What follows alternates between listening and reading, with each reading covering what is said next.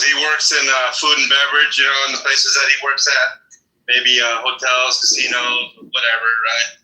And he thinks like he could talk about those standards for me, He asked if, certain questions with regard to sanitation. Dude, right now, James, the guy eats an egg sandwich, and I go, do you want another one? He goes, yeah. He eats half of it, leaves the other half on the plate. Some other dude comes over and sees that half an egg sandwich looking pretty good there, and he just eats it. Okay? This is what I have.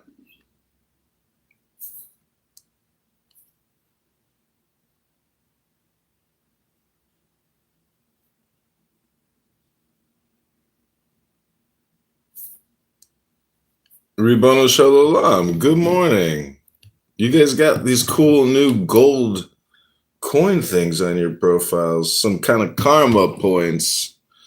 You guys have technically been building up tons of karma.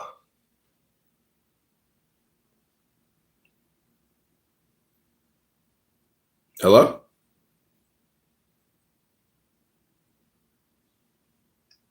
Hello? Yeah, John, we hear you. Hello? Don't you wish that you had a badge like we do? Instead of being a loser. A loser, huh?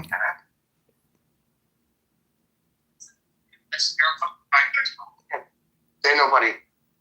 No, we're good. We can leave this shit here. I listened to half of the Quran on an audiobook, and there's a part in the Quran where they claim we sent Jesus. We were the ones who sent the prophets. And it's like they take this incredible in-group, out-group perspective out of nowhere. Oh, yeah? Yeah. Why don't you just read them and weave, dollface? You don't have a fucking golden badge. So who are you on here? A fucking nobody. I'm a nobody. Yeah. Why don't you have a badge? Well, you know what comes after fame? Oh, don't you have a badge? Little bitch. Punk ass bitch. What's he being set down, but go out. Your sanitary standards in regards to picking up. This badge means something to me.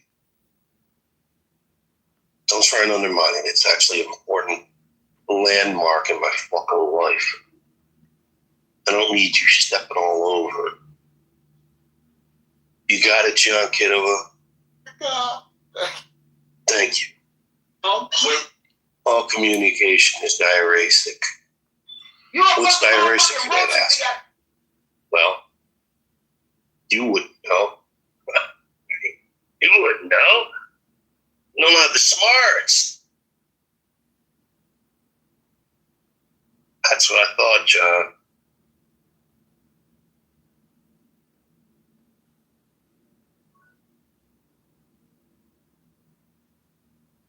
Hey, this nigga's amazing. He's unstoppable.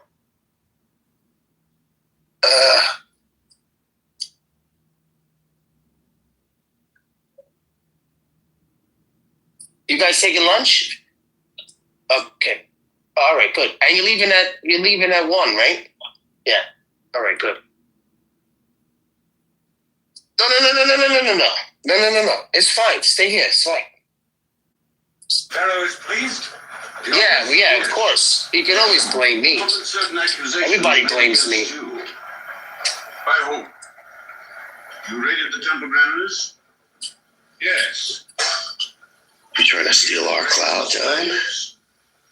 Yes. I got my eye on you, And boy. one day and 7 to rest? Yes. You'll never have a badge like this. Did you do all this to get You'll never have attained the type of success that I've strong attained. make many, the starving make few. And it eats you up, don't it? Make none. Right. So much for That's right. accusations. Now judge the results. Bitch ass motherfucker.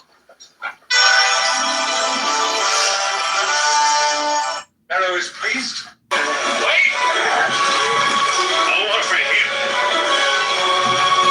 You're weird, person you are. You're not the artist. You can't mold in the chandelier, shall we say. I said no water for him.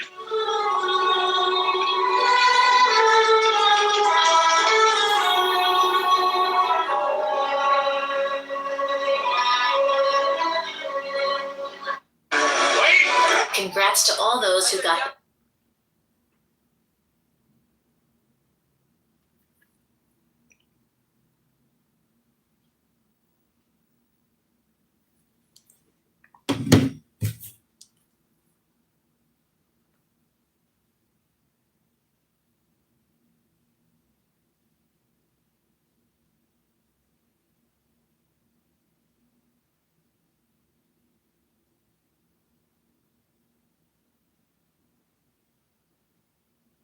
on YouTube.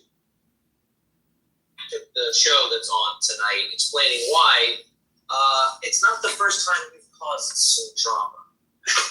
FCC opening probe into The View after appearance by Tallarico. Do you mean to cause trouble? I think that Donald Trump is worried that we're about to flip Texas. That fucking guy from Denmark, some fucking balls on him, right? Come over to America. I told him, before you dismantle the shit, buddies, learn how to build a buoy. Or the operational use of the word transparent. Yeah, I mean, if you're thinking about this as an engineer, you have to have a way to specifically. This guy's got an AI calculate model the score, and he thinks he's like God's gift to Unless they have an fucking LLM with- humanity. Somebody else made the AI guy. You didn't even make it. What, did you learn how to use it? Oh, this is a great idea. Like, I love these great ideas these guys have. Yeah, we've been using it for 2 years, asshole. Good evening, I'm John. What the fuck is he talking about? Perfect. Well, maybe if we don't need religion. Century. Last time you said that, I got a And no religion to imagine all the people. Dude, does he ever shut the fuck up, that guy? That guy, the Denmark guy. And he was telling me. He does not shut the fuck up. And then he was telling me, oh, let me talk. Are you serious? He had to be trolling me or something. He had to come in to purposely gaslight me or some shit. I think that's the whole purpose of these people coming in here. They just want to fucking gaslight me.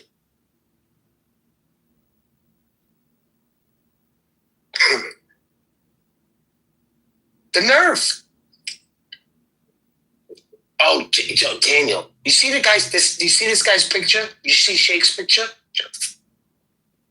Yeah. You see Shake's picture?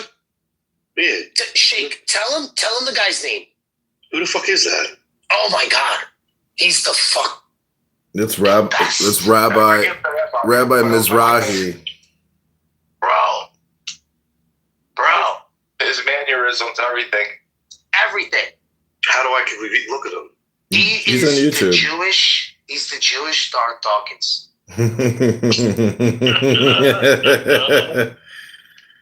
Give me his name, dude. It's How do I see this? I just said it. Rabbi Mizrahi. He is Rabbi Mizrahi. Hold on. Bro. This guy is amazing. He's very, very conservatively based. He calls everyone non-Jew idol worshippers. I love it. Oh my God. You know, there was one time I left my. Yeah. I knew that was like, if you're not a Jew, the Torah says that you should be stoned. Like if you worship an idol or something. He gets nasty, this guy. Yeah. But he's got a minion, he's got students. He's got presence, and he's been doing it for many, many years. I'm surprised YouTube hasn't removed him, to tell you the truth, for hate speech policies, but maybe he doesn't really cross that line. I mean, there's protected speech on YouTube under their hate speech policy guidelines that I have to deal with all the time, because when people on this app, say all their profane vulgarities, YouTube according to YouTube, if it's for like a journalistic, artistic context, it doesn't. They can accept it, but anyways, it's an interesting, game. But that guy's got a big minion. He's a big time rabbi. Daniel, you know when you go, yeah. You know when you go, yeah, right? You know when you do that? Imagine looking at yourself in the mirror saying, yeah, that's the faces this guy makes. I gotta see this shit. Oh my God. Bro. I thought he was honestly like a fake rabbi at first. I thought he was like just a guy. This guy's the real deal, bro. Yeah. It's like a rabbi that learned how to be a rabbi from anti-Semitic people. I thought he was Nick Fuentes' rabbi at first. Oh yeah. He is. Oh my God, bro! He said that God punished Florida with a hurricane because they were pro-Palestinian. There was a pro-Palestinian rally or something, and God said, "A hurricane, Bill." This guy's he's got to be trolling. He's not. Syrian. It's the art. He's not real. It's the art. This is what I was trying to explain to my wife.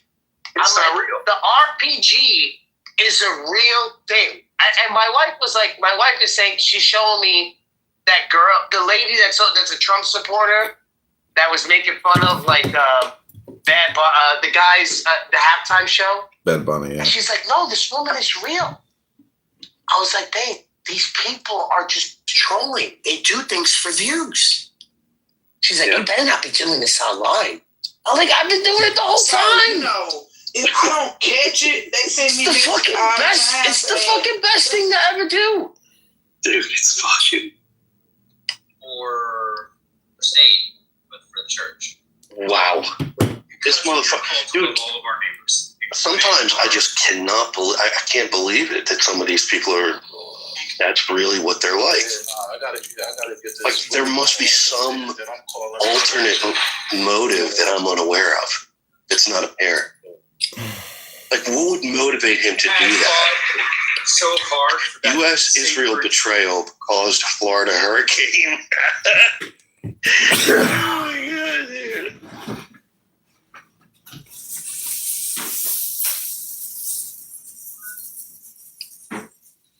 Oy vey. What do you think of that, John Kitover?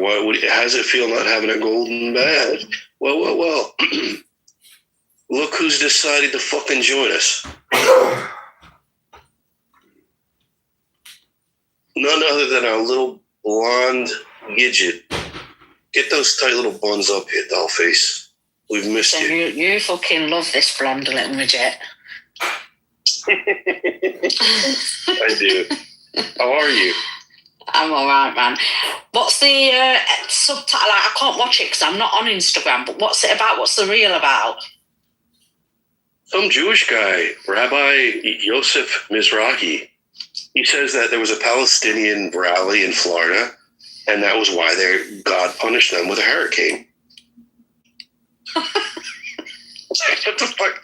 This guy's wild. You gotta check him out. My friend, good of you to join us. Hey guys, your friend is here.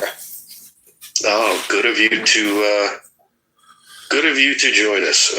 To what do we owe the pleasure of your company, sir? I'm here. It's your friend, the trash bag, and I am here.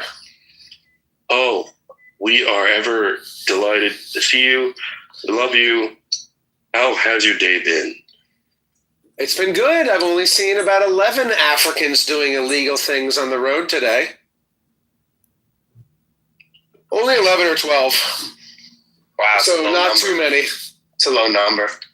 Yeah, that's not too many. I mean, usually it's like 40 or 50 illegal African drivers driving like they're in the fucking center of Mogadishu. Well, they drive those big ass fucking cars out there, those big vans. That's true. They drive them big vans. True that. That's true. True that. So So what do you got? What do you got, my friend? What's that in your PTR? What do you got? I forget. There is no conclusive evidence that humans predicted slavery 50,000 years ago. What the fuck? Well, What a rage bait.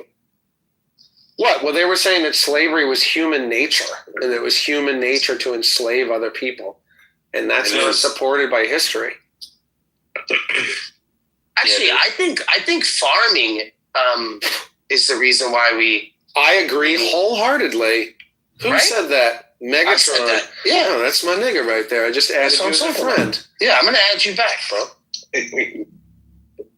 Well, Megatron is right, and Megatron could explain, or I could explain. My bad.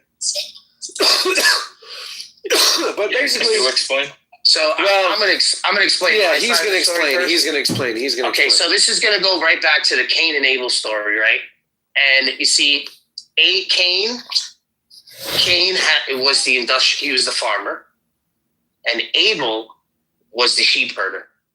So since we're in a new era, right? This is how, because the story was told many times, right? The era that we live in after the Ice Age, we had to explain that if we were sheep herders, we would die because the winters are going to get longer, and we need to farm the land and save the crops for longer winters. So Cain killed Abel. And you know what? You know what's crazy about that story? If Abel is the only one that can actually give a lamb for sacrifice, what the fuck was Abel going to do? He's a farmer. What was he going to give?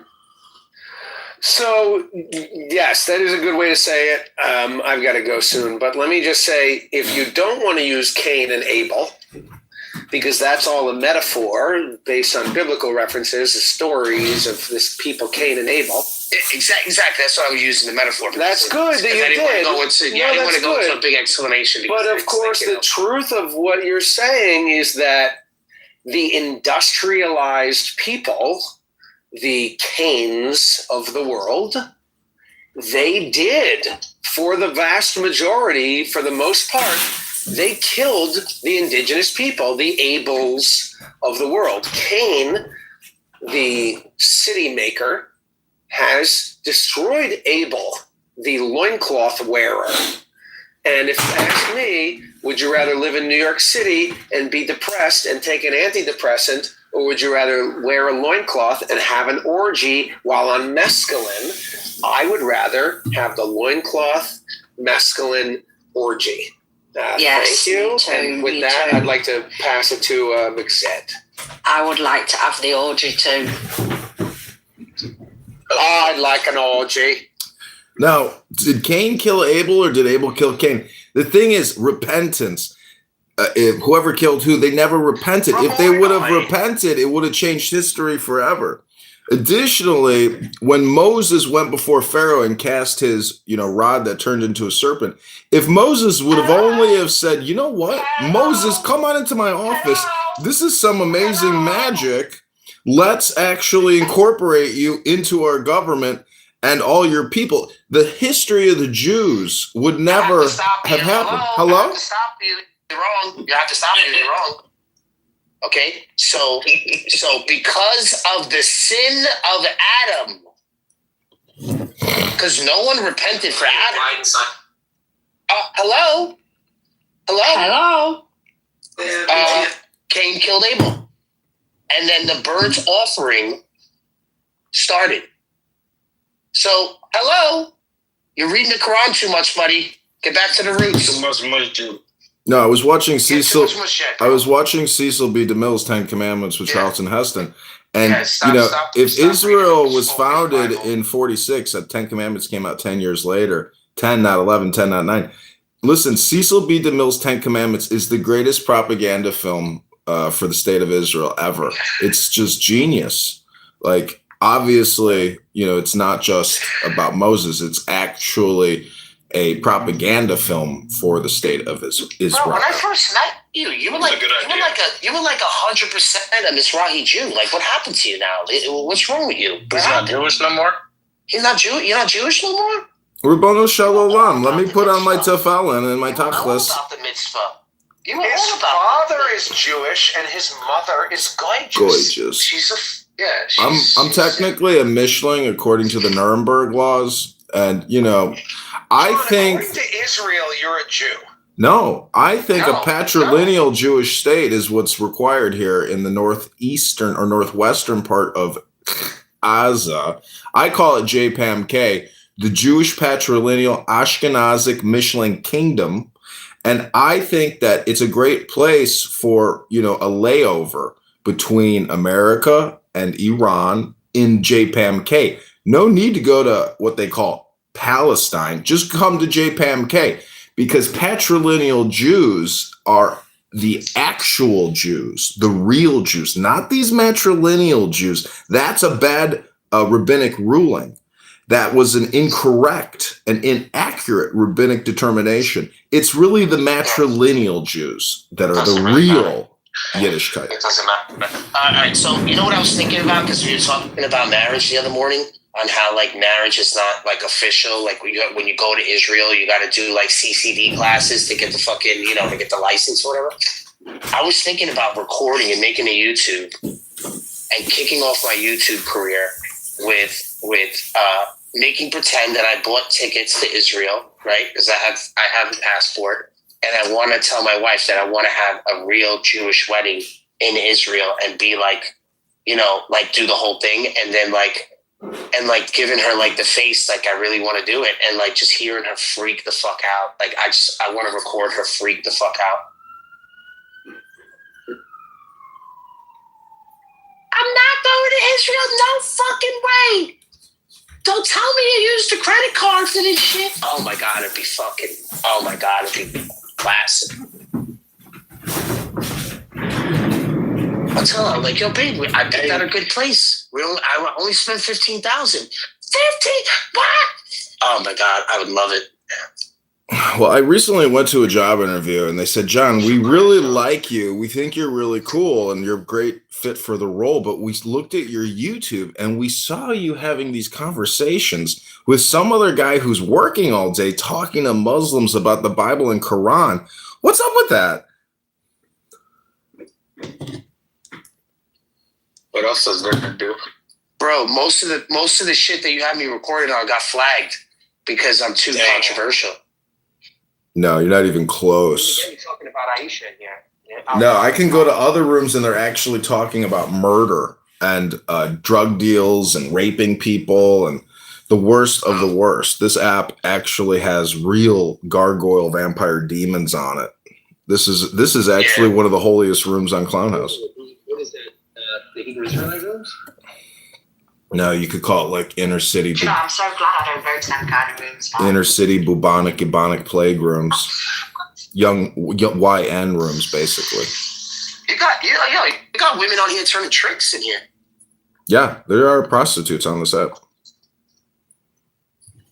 I seen 3 black girls turning tricks in a room. Trick gets fucking shit out of trick. They were showing push. They were showing all sorts of shit on their pictures. Not Smilers. Is that a picture of Epstein? I was thinking about setting up a. Is he reading the Quran? Man. If you do I might do an OnlyFans for $1. Send me the link. There are girls that don't even publish nudies on OnlyFans, and they've made millions. And they don't even publish nudies. Millions. That's crazy. Shows how thirsty men are. No, it just shows you that content is what's in demand. But just looking at a pair of ass and tits isn't going to improve your life in the slightest. It just takes time away from what you could improve on. It's called opportunity cost. And I keep talking about that on this app, that I believe that it's the 1530 rule. Oh, okay. Go ahead, Smile. I'm sorry. It's just going to be quick, probably. So, Megatron, you know how the Muslims will use the verse about Kedar and saying like that's a prophecy of Muhammad? Yeah, when that's clearly a Jesus. But yeah, keep going. Yeah, so read this. Listen to this. I'm going to read this. This is Psalms 120. It says, I call on the Lord in my distress, and he answers me. Save me, Lord, from lying lips and from deceitful tongues. What will he do to you, and what more besides you, deceitful tongue? Oh, wait. Okay, yeah. He will punish you with a warrior's sharp arrow, with burning coals of the broom bush. Woe to me that I dwell in Meshech, that I live amongst the tents of Kedar. Too long have I lived among those who hate peace. I am for peace, but when I speak, they are for war. So Islam is also the. So if Kedar is Muhammad's whole situation, then I mean that's pretty accurate. That's pretty spot on. Among those who he lives among those who hate peace. The Muslims definitely hate peace. I don't know. I thought that was interesting. I was listening to the Book of Psalms today, and I'm like, what the hell? That's crazy. See, we look at Islam through a polarized lens because all we see is the polarized percentage. But there's a lot of just, normal Muslims who aren't ultra religious or fanatic politically. But that's normal distribution curve with any population. And so the only problem with those people is they don't speak. Hold on. We got a Baba on stage. What's up, Baba? What do you got? Baba Wing. What's up? What do you got? Assalamu alaikum. Baba, what do you got, Baba? All right, if you don't talk, I'm just gonna kick you the fuck out of here. Going once. Baba to the All right, this is what I'm gonna do. I'm gonna give him a little grace. I'm gonna give him like a minute grace. Yeah, maybe. But can you do me a favor, Daniel? Any Muslims that come in here, instantly kick them. Ask them to come up, invite them up. If they don't come up, you just kick them. That's it. All right, Daniel? Those are the rules. Hello. Yeah, what's up, brother? What do you got? What is this? Who do? Are you a Sikh? Are you a Sikh? No.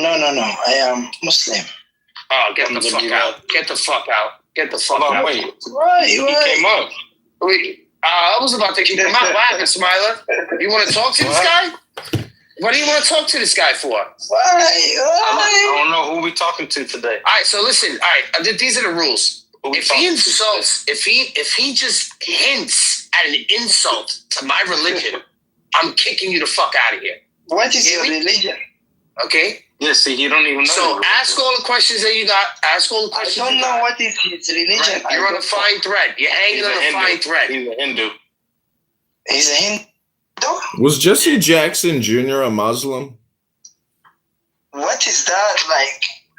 I don't know. Like, all right, that's it. You said that's it. Get the fuck out. He's getting out. Hey, wallah. I wanted the Quran. He said, "What's that?" No, he said, "What's that?" I took that as an insult. Hey, wallah.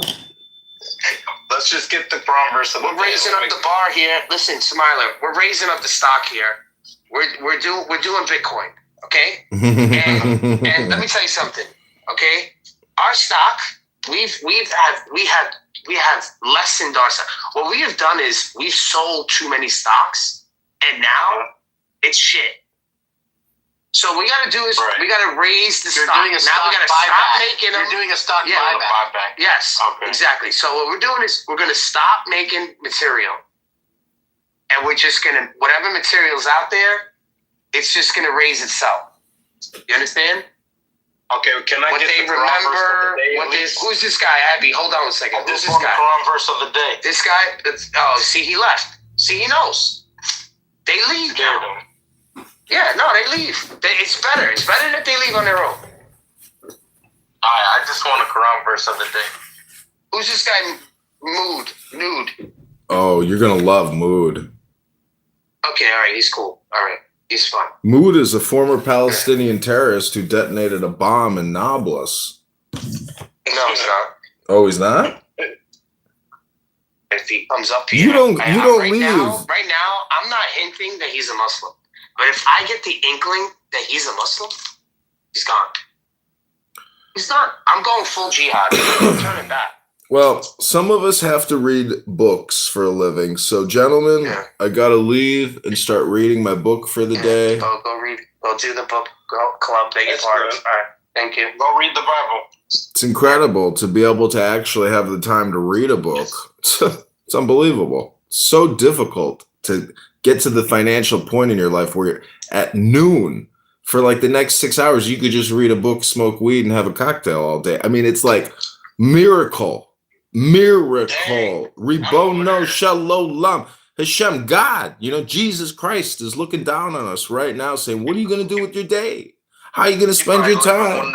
What are you going to say? What are you going to hear? Mr. Scumberg, Dr. Scumberg up there next to the IKEA outlet. Let's just say that Scumberg is not the coolest suburb in the world, but it's not that bad. Hello? Megatron, you know this nigga lives by me? Listen, we don't talk about that stuff on here. We don't keep it really simple. It's all day Bible Quran. I've also been reading The Art of Worldly Wisdom. So not many people know who Baltasar Gracian is, but he's a famous Jesuit priest. Yeah, right. Yeah. Actually, thank you for doing that. Megatron, what do you think about the Jesuits, Megatron? We gotta turn you down just a little bit there. A Jesuit? I don't know who Jesuits are. It's a Catholic order. I know what conversation you were listening to. You were listening to Converse. Conspiracy theories. You used to listen to Converse talk about his middle knowledge of God, and he counterfactuals. Shut the fuck up.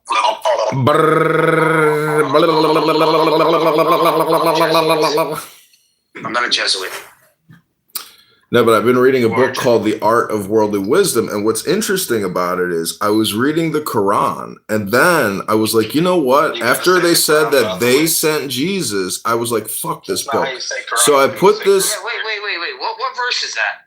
Who sent Jesus? They sent Jesus? They sent Jesus. That's what they claim in the Quran.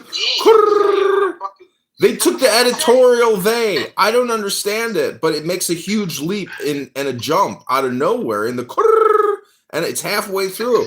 And I was like, you got to be kidding me. This is an all or nothing statement saying that they're the new in group and Christians are the out group.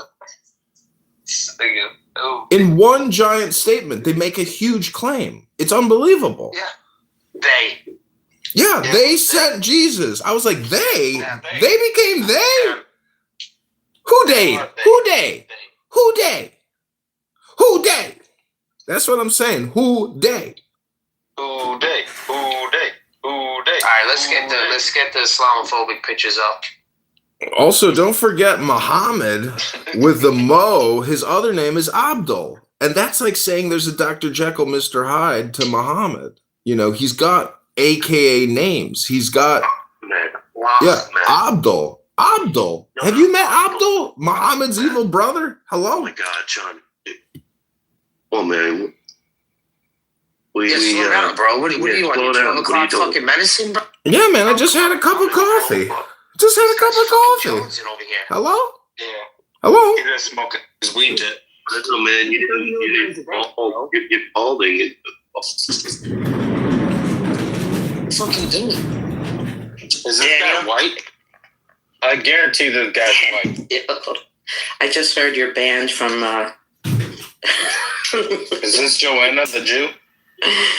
Oh my God, John Lee's room. I heard you're banned from John Lee's room, Daniel. It cracked up for a half hour. Mubarak. Was that funny? It's fucking hilarious, dude. Listen, John Lee is busy charging the batteries on his RV and putting together egg sandwiches for people. Stolen. Oh no! Everything got stolen. I think he's a liar. I think he's the biggest liar ever. Dude, he's a fucking... Did you send him money, Joanna? No. I sent him $100. Anyway, I just told him that he needs a license to serve the homeless food. You What if they get sick on the food? He doesn't have a license. Oh, Joanna, relax. You can give food to anybody. Who cares about that license shit when you're homeless? I tried to start a food business for fruits, and we got stopped. Yeah, well, You can't just give food. that's a business. When we're talking about just giving food to other homeless bums that live on your street. Can I just get in here? I'll be like 10 seconds, like always. Thank you. Actually, it's not worth it. Go ahead. How's your book sales coming along, Joanna? Are we going to co-publish a book? Monthly. Yeah, this is my new book. I have the picture up here. What's it called? The Raven and the Rabbit. What the fuck? It's in my PTR. Yikes. We need to like, Joanna, we need to come up with some titles like how to start a clubhouse podcasting business. Shit like that. You know, we need you to go across these clubhouse streets, go into these rooms and start promoting how to start a successful clubhouse business and like publish that book on Amazon. See if we can't do, a couple thousand in sales this month. A clubhouse business? Yeah, who cares? Just use the word clubhouse in the name of the book. Don't worry about the copyright infringement. Right. This app is owned by Reid Hoffman, a faggot in the Epstein files. What's the content? Pedophile from the Epstein files. Don't worry about this app. It's garbage. What do you want me to write about? Reid Hoffman and how he's a fucking pedo. We'll claim that you can get rich on Clubhouse. And don't center yourself, please. Anyway, Daniel, there's 3 people that are blocked. What? Dude. There's 3 people that are blocked. That's why it's funny. P. Mars, Tom Rabbit, and you. Is that fucking hysterical, bro? And he just said it in his calm voice. He's like, I can't allow Daniel Nero on stage. Oh my God, I couldn't take it. You're cruel, Joanna. This poor guy's homeless. His batteries got stolen. Pedophile, he's selecting who he's going to interact with. I mean, give me a fucking break. This guy's, he's an absolute nutter. Yeah. Putting you in the same category as he's a YouTuber now, though. Come on. I'm his #1 YouTube subscriber, guys, and you guys don't even have a YouTube channel yet. I'm right, done. A little less. I will. I'm gonna actually leave, but I just want to say that Megatron needs a YouTube channel. Hello. Please don't leave less is more, though. And you ever? No, I do have to go. I do have to go. You have like a toe, like a big toe thumb. Big toe thumb? No, I got a John big. gets real sensitive when we talk about his baldness. He's bald. I got some cool hats. Don't you know that Caesar covered up his baldness with laurels? I am covering up my baldness with laurels too. It's not about what you say you are. It's about what you do. I'm a candidate for Congress, guys. I don't think so. Where's the Wells Fargo around here? Oh my goodness! You didn't do that. Well, you could have texted me that you were going. Texted you? I don't have time to do anything right now. I know. I'm just saying. What do you think I'm going to do? Like do 3 things and then Google? You never informed me. You never informed me. What? The seat? Yes, packed. What do you think? I listen. I'm not trying. Okay, I'm not trying. Listen. Just don't talk. Yeah. So you never. I'll have to talk. Wait. I'm online right now, Claire. I'm doing my ministry right now. Just to let you know. Okay. That's why I'm doing a lot of things. I had to leave food with Miguel. This seat was completely full like this. If I didn't leave it, I almost left. Here's the Wells. Well, the Bank of America is just 1 block away from here. East Catella Avenue. Then take the first right. Wells is 0.6. Well, this is 1 block. Let me see the map. What the fuck? Okay, I'm gonna go to Bank of America first, not Wells. Turn left. It's ridiculous we have to go to Wells places, but whatever.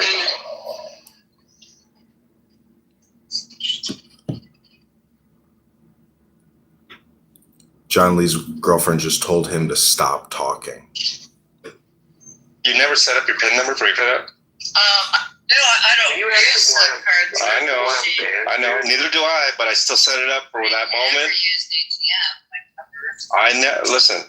Sometimes I have a credit card sometimes I have a credit card for years, but I set out the PIN number immediately, and that time that I need it many years later, I don't have to deal with it. It's such a John Lee thing to say. I already set it up.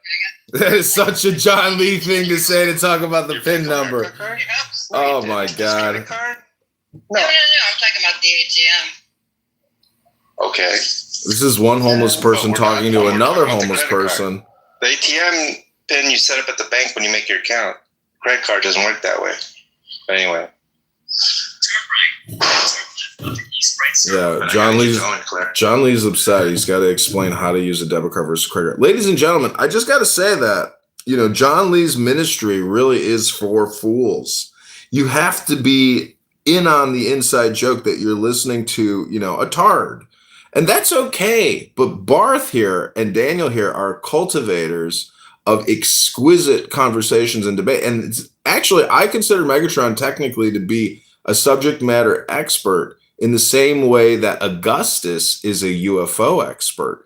It's because you spend so much time actually really talking to... Look at the title. How bald is John? Oh, I got to vote. Totally bald. Oh, my God. He's totally bald. Totally. All right, everybody. Well, have a great day. I hope you guys have... And I am going to actually set up a new recording studio and put this all on YouTube. It's already, a lot of it is on YouTube, but... I like him. He kicked me from all the rooms. Oh, shit. Get up there. Here we go.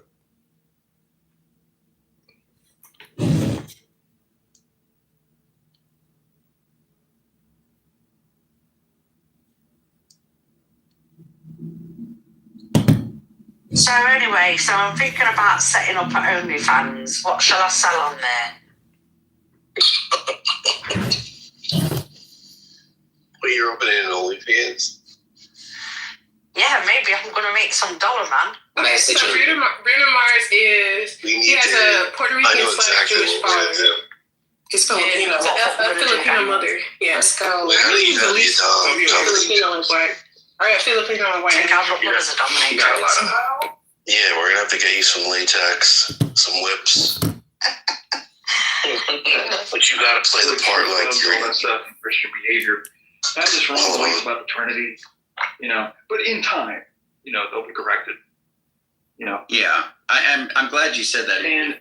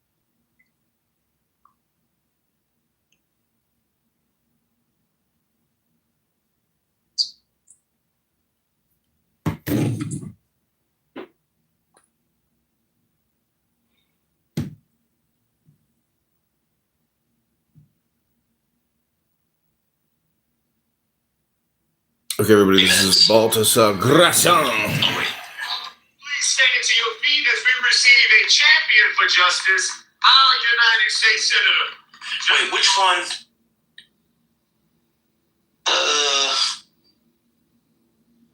Which one is it?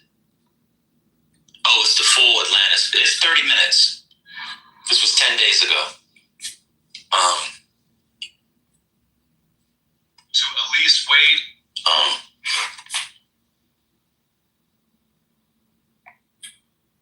comments on that? Okay, this is Baltasar Gracian, Art of Wisdom.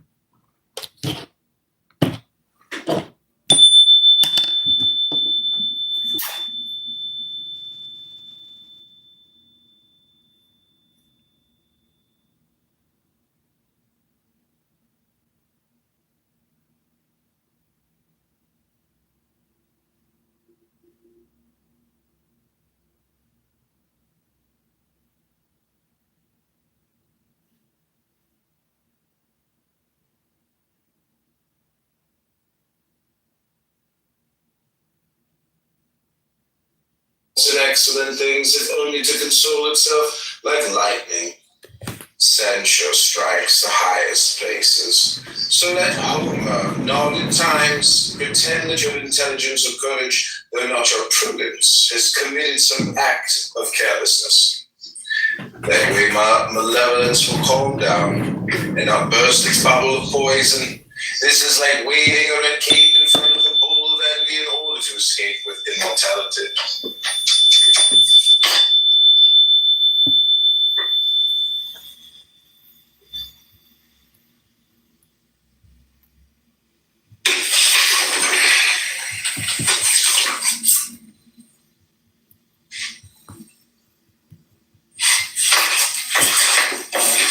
Excellent things, if only to console itself like lightning. Censure strikes the highest places. So let Homer nod at time.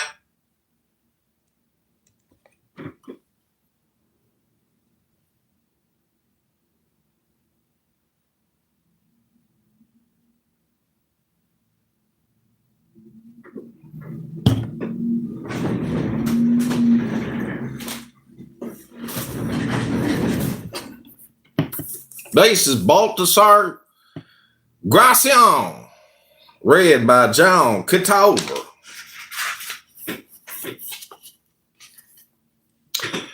A stomach for big helpings of fortune. The body of prudence should have a big gullet. A great talent is made up of great parts. If you deserve the best luck, don't eat your fill of good luck. What is sure fit to some is hunger to others. Some people waste exquisite food because they have no stomach for it. They weren't born for and aren't accustomed to high occupations. Their relations with others turn to vinegar, and a false sense of honor clouds their head and makes them lose it. They grow dizzy in high places and are beside themselves because there is no room in them for luck. Let the great person show that he still has room for better things, and carefully avoid all that would show a narrow heart.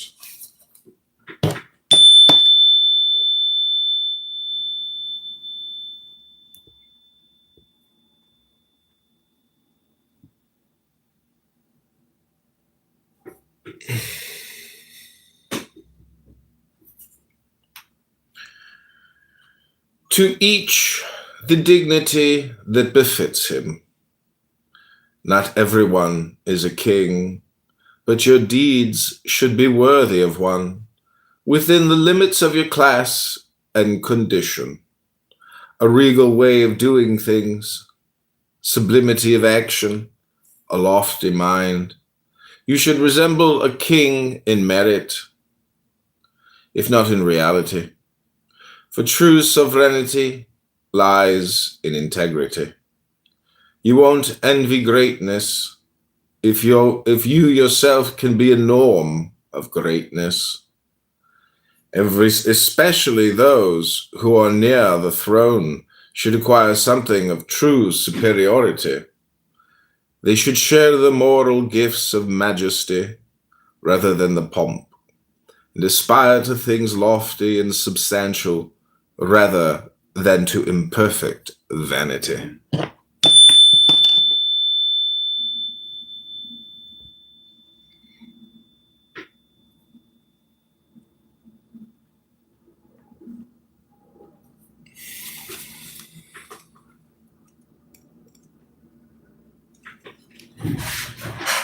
Have a good sense of what each job requires.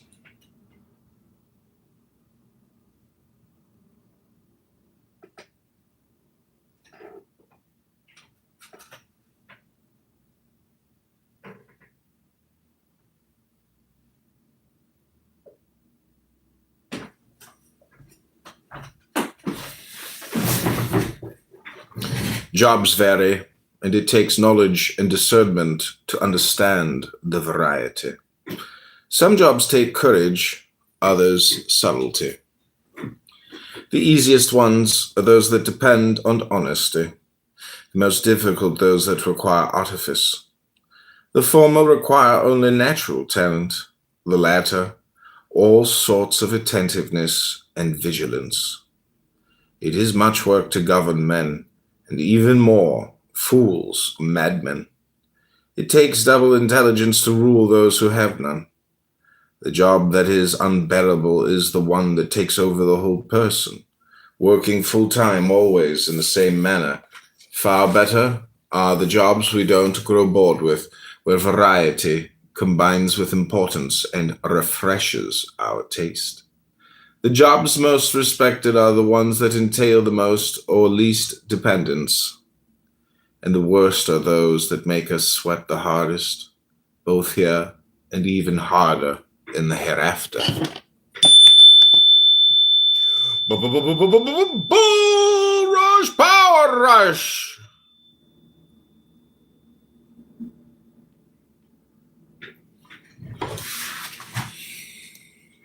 Super rush. What'd you say?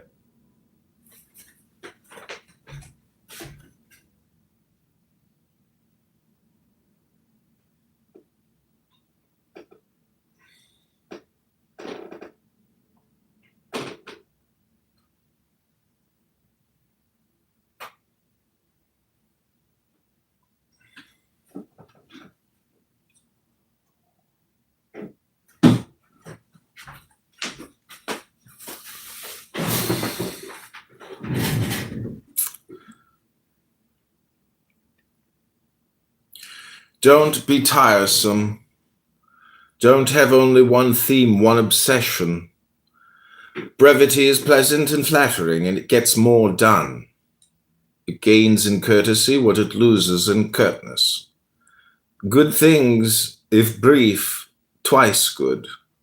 Badness, if short, isn't so bad. Quintessences work better than farragos. Everyone knows that a tall person is rarely an intelligent one, but it's better to be tall in stature than long in conversation. Some people are better at disturbing than adorning the universe. Useless trinkets shunned by all.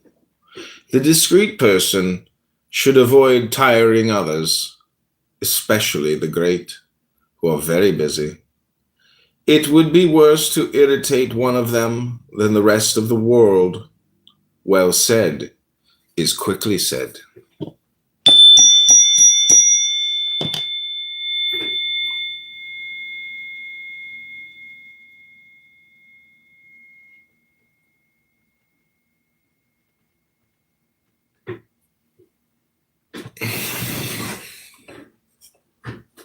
Don't flaunt your good fortune. It is more offensive to take excessive pride in your high office than in yourself. Don't play the great man. It is odious. And don't be proud of being envied. The more strenuously you seek esteem from others, the less of it you will have. It depends on respect. You can't simply grab it. You have to deserve it and wait for it. Important occupations call for a certain gravity and decorum. Keep only what the occupation requires, what you need to fulfill your obligations. Don't squeeze it dry. Help it along. Those who want to look like hard workers give the impression that they aren't up to their jobs. If you want to succeed, do so using your gifts, not your outer trappings. Even a king ought to be venerated more because of his person than because of his pomp and circumstance.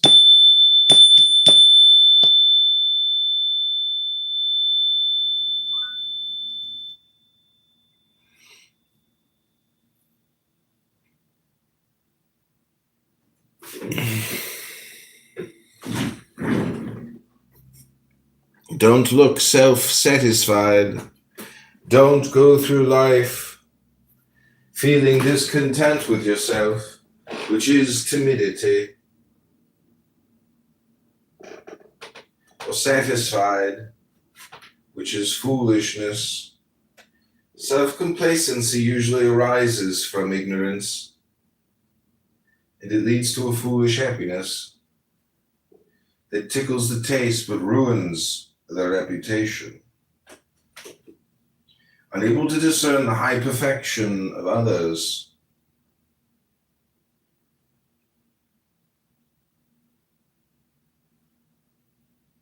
it is content with its own vulgar mediocrity. Caution is always useful, either to help things turn out well or to console us when they turn out badly. No setback will surprise you if you fear it beforehand. Homer himself nodded at times, and Alexander tumbled from his estate and from the deceit in which he was living. Things depend on circumstance. Sometimes they prevail, sometimes fail. For a hopeless fool, however, the emptiest satisfaction turns into a flower that goes on scattering its seed. A shortcut to becoming a true person. Put the right people beside you. The company you keep can work wonders. Customs and tastes and even intelligence are transmitted without our being aware of it. Let the quick person join the hesitant one, and so on through every sort of temperament. That way you will achieve moderation without straining after it. It takes much skill to know how to adapt yourself.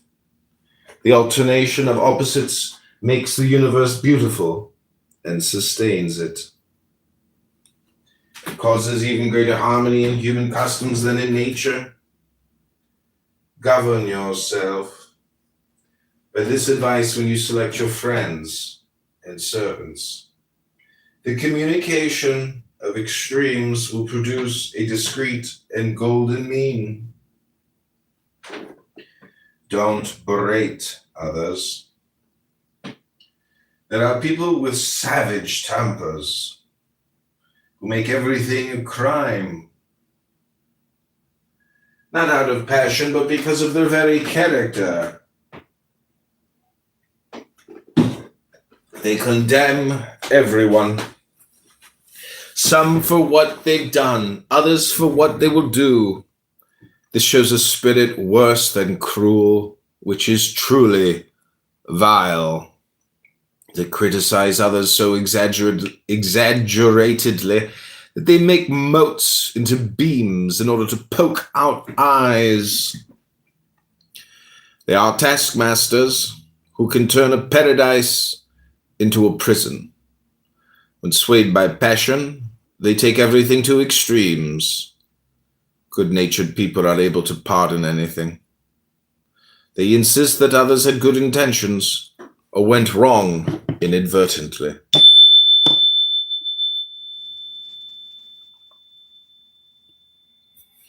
Don't wait to be a setting sun. It is a maxim of prudent people to abandon things before being abandoned by them. You should make even your end into a triumph. At times the sun itself retires behind a cloud, so that no one will see it fall, and it leaves us wondering whether it has set or not. Avoid sunsets so as not to burst with misfortune. Don't wait for people to turn their shoulders on you. They will bury you alive to your regret, dead or renown. The prudent know when to retire a racehorse. And do not wait for him to collapse in the middle of the race. To the laughter of all, let beauty shatter the mirror cleverly. At the right time and not too late when she cannot bear the truth. Have friends.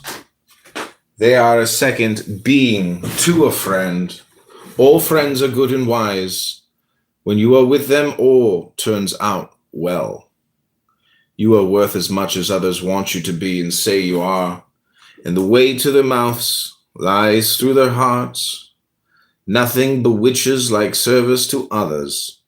The best way to win friends is to act like one. The most and best we have depends on others. You must live either with friends or with enemies. Win one each day, if not as a confidant, at least as a follower. Choose well, and some will remain whom you can trust. Win the goodwill of others, even the first, highest cause. Subnote the divinity. In the most important matters does things this way. Reputation is purchased with affection. Some trust so much in their own worth that they make light of diligence. But the prudent person knows very well that merit can take a shortcut if helped by favor. Benevolence makes everything easier and compensates for whatever is lacking. Courage, integrity, wisdom, and even discretion. It never sees ugliness, for it doesn't want to. It is usually born from similarity of temperament, race, family, country, or occupation. In the spiritual realm, benevolence bestows talent, favor, reputation, and merit. Once one wins it, this is difficult. It is easily kept. You can make an effort to win it, but you must also know how to use it.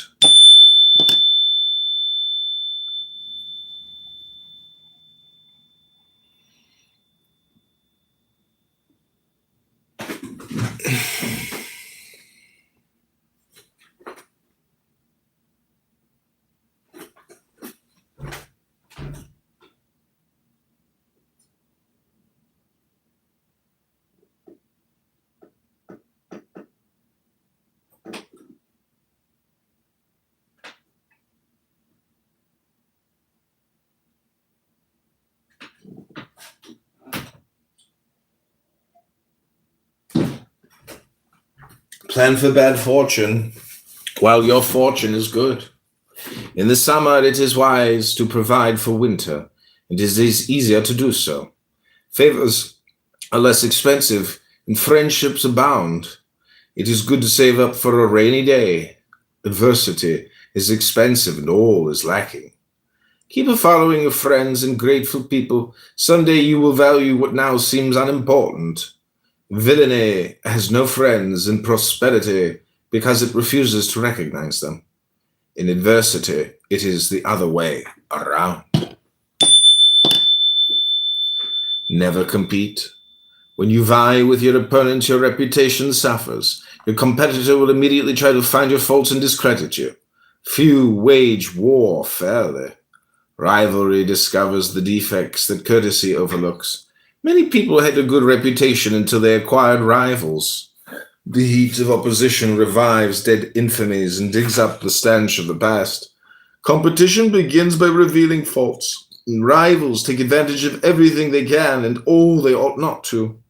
Often they gain nothing by offending others, only the vile satisfaction of revenge. Revenge blows the dust of oblivion from people's faults.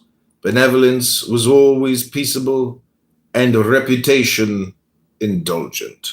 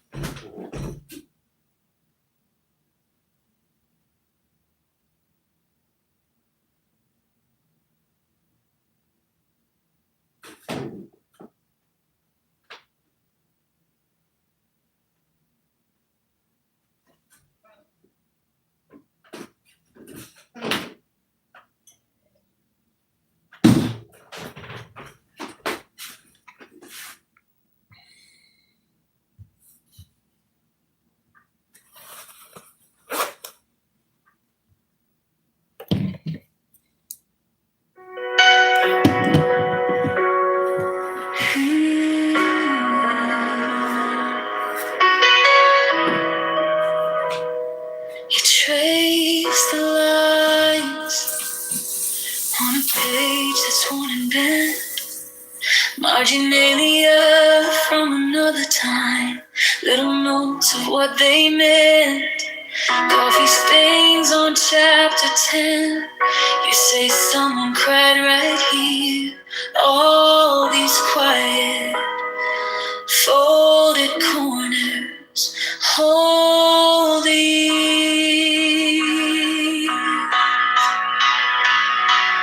Teach me the wisdom of books, but the intelligence of love reads between the lines when it gives up. You say the brightest minds still have so much to learn. So turn that fragile page and let my stubborn heart turn with you. Oh, with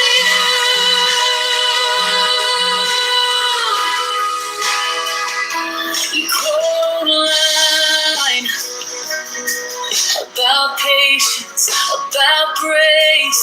Then you stop and start to smile with that softness in your face. You can memorize the theories, still not know a wounded soul. Then you press your thumb to mine, and it feels like coming home. Teach me the wisdom of books, but the intelligence of love, where apology is gentle and forgiveness is love. You say the bravest hearts are the first ones to return. So turn that fragile page and let my restless heart learn from you.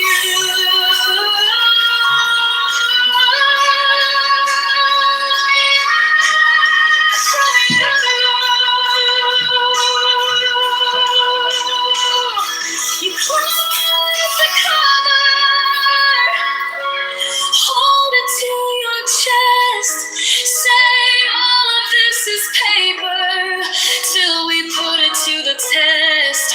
So I stumble through my sentences, you just take my hand instead. Understanding isn't spoken, it's how you hear what's unsaid.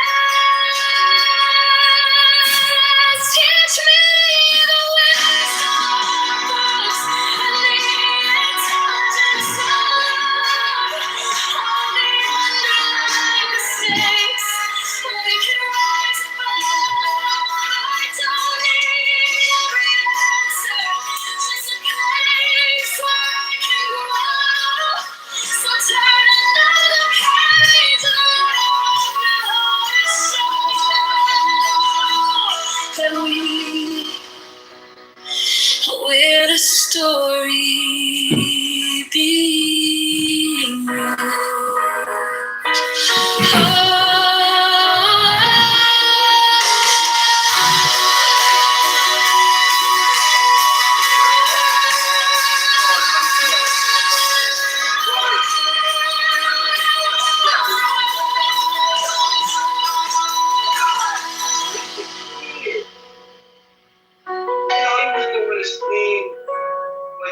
He hadn't even got to the window just yet.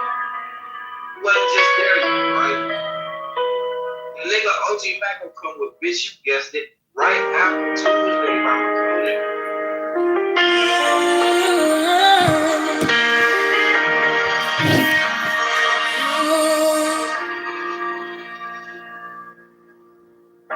I trace the lines on a page that's worn and bent.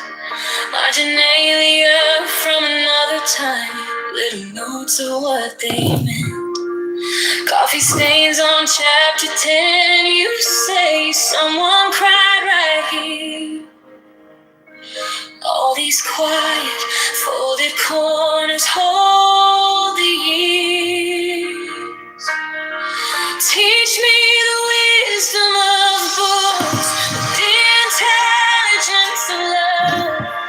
freeze between the lines where the ink gives up. You say the brightest minds still have so much to learn. So turn that fragile page and let my stubborn heart turn with you.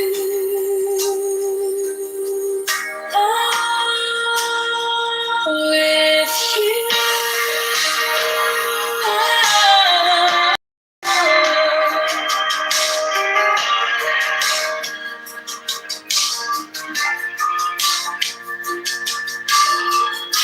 You quote a line about patience, about grace. Then you stop and start to smile with that softness in your face. You can memorize the theory, still not know a wounded soul. Then you press your thumb to mine, and it feels like coming home. Teach me the wisdom of books, the intelligence of. Okay, welcome back. We're going to switch up books from Baltasar Gracian, The Art of Worldly Wisdom. And we're going to move on to working on Eliphas Levi's Secret Keys book, Secret Wisdom of Eliphas Levi, Kabbalah, Jesus Christ.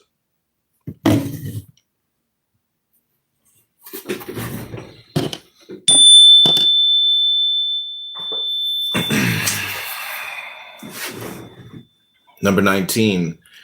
It is the number of light. It is the existence of God proved by the very idea of God. Either one must say that being is the universal tomb where, by an automatic movement, stirs a form forever dead and corpse-like, or one must admit the absolute principle of intelligence and of life. Is the universal light dead or alive? It is vowed fatally to the work of destruction, or providentially directed to an immortal birth. If there be no God, intelligence is only a deception, for it fails to be the absolute, and its ideal is a lie. Without God, being is a nothingness firming itself, life a death in disguise, and light a night forever deceived by the mirage of dreams. The first and most essential act of faith is then this: being exists, and the being of beings, the truth of being, is God. Being is alive with intelligence, and the living intelligence of absolute being is God. Light is real and life-giving. Now, the reality and life of all light is God. The word of universal reason is an affirmation and not a negation.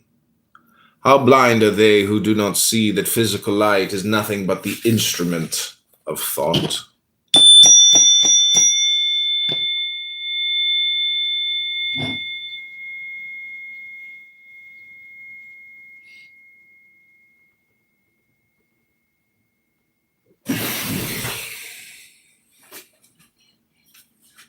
Thought alone then reveals light and creates it in using it for its own purposes. The affirmation of atheism is the dogma of eternal night. The affirmation of God is the dogma of light. We stop here at the number 19. Although the sacred alphabet has 22 letters, but the first 19 are the keys of occult theology. The others are the keys of nature. We shall return to them in the third part of this work. Let us resume what we have said concerning God by quoting a fine invocation borrowed from the Jewish liturgy. It is a page from the Kabbalistic poem, Kether Malkuth by Rabbi Solomon, son of Gabarol. Thou art one, the beginning of all numbers, and the foundation of all buildings. Thou art one, and in the secret of thy unity the most wise of men are lost, because they know it not. Thou art one, and thy unity neither wanes nor waxes, neither suffers any change. Thou art one, and yet not the one of the mathematician. For thy unity admits neither multiplication nor change nor form. Thou art one, and not one of mine. Imaginations can fix a limit for thee, or give a definition of thee. Therefore I will take heed to my ways, lest I offend with my tongue. Thou art one indeed, whose excellence is so lofty, that it may in no wise fall, by no means like that one which may cease to be. Thou art the existing one. Nevertheless, the understanding and the sight of mortals cannot attain thine existence, nor place in thee the where, the how, the why. Thou art the existing one, but in thyself, since no other can exist beside thee.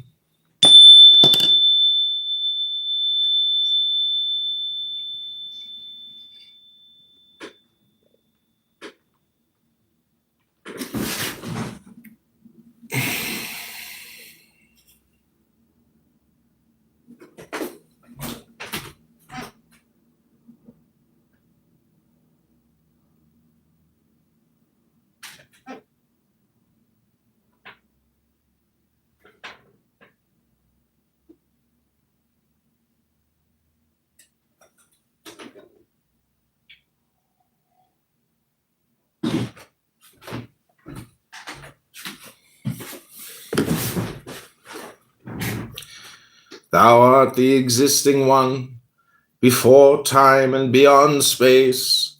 Thou art indeed the existing one, and thine existence is so hidden and so deep that none can discover it or penetrate its secret. Thou art the living one, but not in fixed and known time. Thou art the living one, not by spirit or by soul, for thou art the soul of all souls. Thou art the living one, but not living with the life of mortals, that is like breath, and whose end is to give food to worms. Thou art the living one, and he that can attain thy mysteries will enjoy eternal delight and live forever. Thou art great. Before thy greatness all other greatness bows, and all that is most excellent becomes imperfect. Thou art great above all imagination, and thou art exalted above all the hierarchies of heaven. Thou art great above all greatness, and thou art exalted above all praise. Thou art strong, and not one among thy creatures can do the works that thou dost, nor can his force be compared with thine. Thou art strong, and it is to thee that belongs that strength invincible, which changes not and decays never. Thou art strong by thy loving kindness. Thou dost forgive in the moment of thy most burning wrath, and thou showest thyself long-suffering to sinners. Thou art strong, and thy mercies long-suffering to sinners. Thou art strong, and thy mercies existing from all time are upon all thy creatures. Thou art the eternal light, that pure souls shall see, and that the cloud of sins will hide from the eyes of sinners. Thou art the light which is hidden in this world and visible in the other, where the glory of the Lord is shown forth. Thou art sovereign, and the eyes of understanding which desire to see thee are all amazed, for they can attain but part of it, never the whole.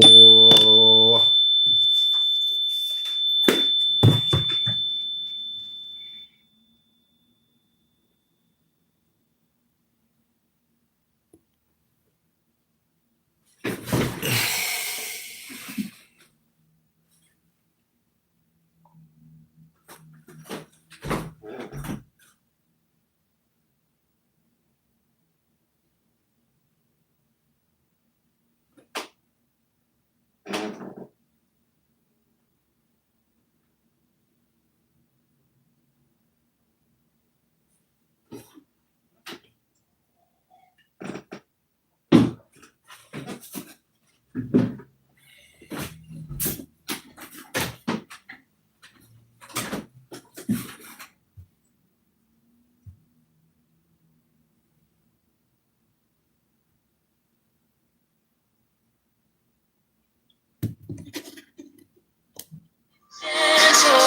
and forgiveness is enough. You say the bravest hearts are the first ones to return. So turn that fragile page and let my restless heart learn from you.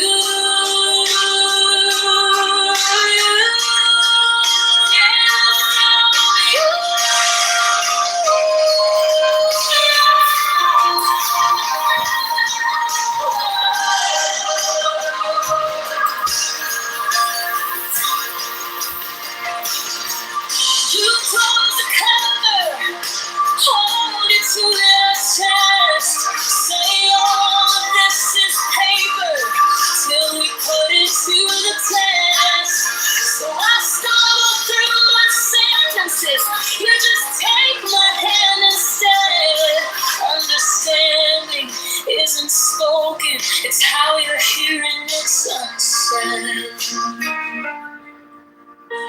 Teach me the wisdom of books and the intelligence of love. All the underlying mistakes we can rise above. I need every answer, just a place where I can grow. So turn another page and let our open hearts show that we're the story being wrote. We're the story being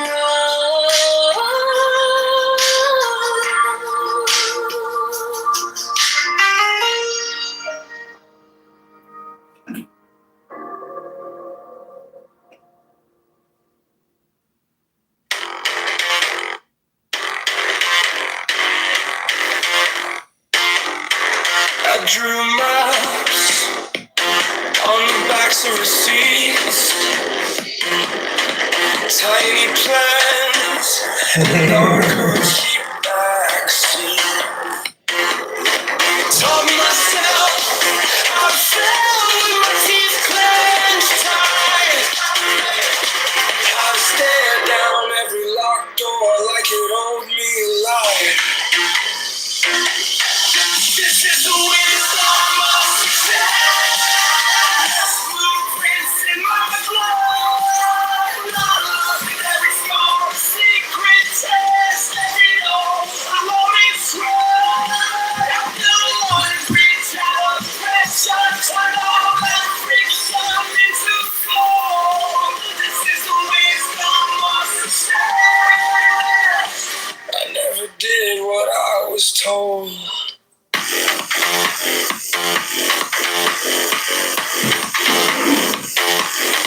I learned fast from the cracks in my own design. Sharp turns where I almost crossed the line. Wrote truth on the walls of an empty room. If they won't open up a space for you, you carve your own to the stone and fuse. This is the wisdom of success. Blueprints in my blood. Unlock every small secret test. Every door, the loaded sword. Got the language of pressure. Turn on that friction into gold. This is the wisdom of success. I never did what I was told. Genius. Just 1,000 tiny edits. Midnight questions. Wrestling with habits. I keep my doubts like tools on a metal rack. They cut deep but they keep me sharp, keep me coming back.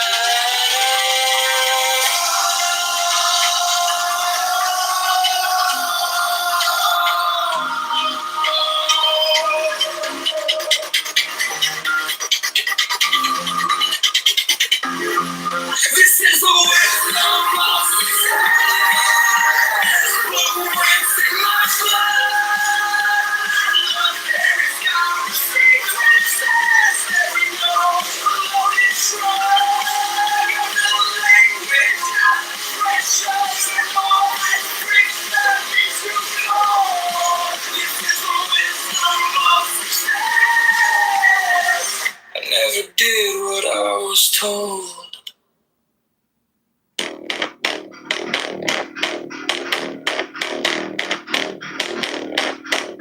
I drew maps on the backs of receipts, tiny plans in the dark of a cheap backseat. Taught myself how to fail with my teeth clenched tight, how to stare down every locked door like it owes me light. This is the wisdom of success. Blueprints in my blood.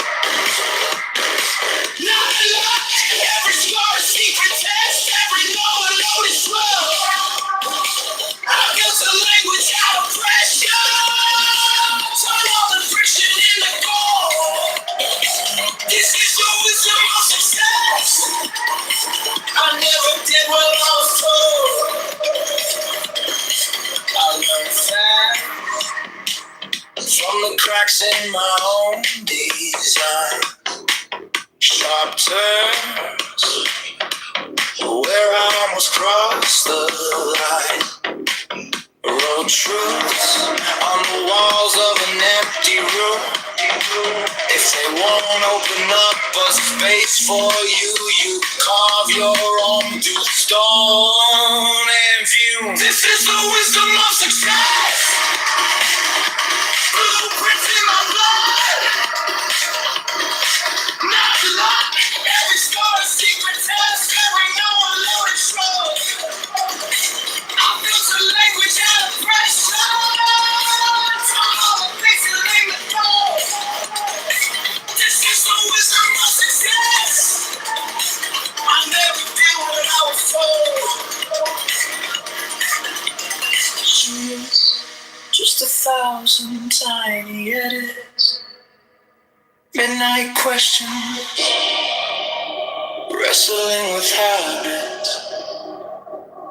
I keep my doubts like tools on a metal rack. They cut deep, but they keep me sharp, keep me coming back. Oh.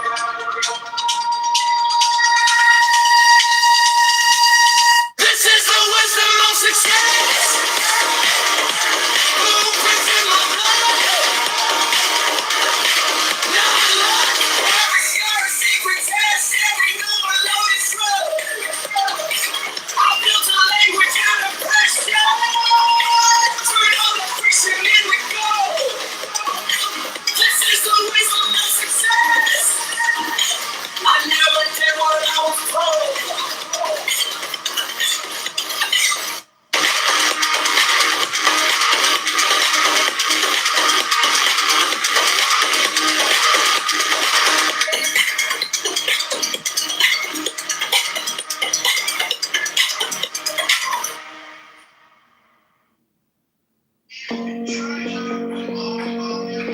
Deep in, slow out, hands still, heart loud, warm water on my shoulders, thoughts floating to the rim, candle flicker on the tiles, time loosens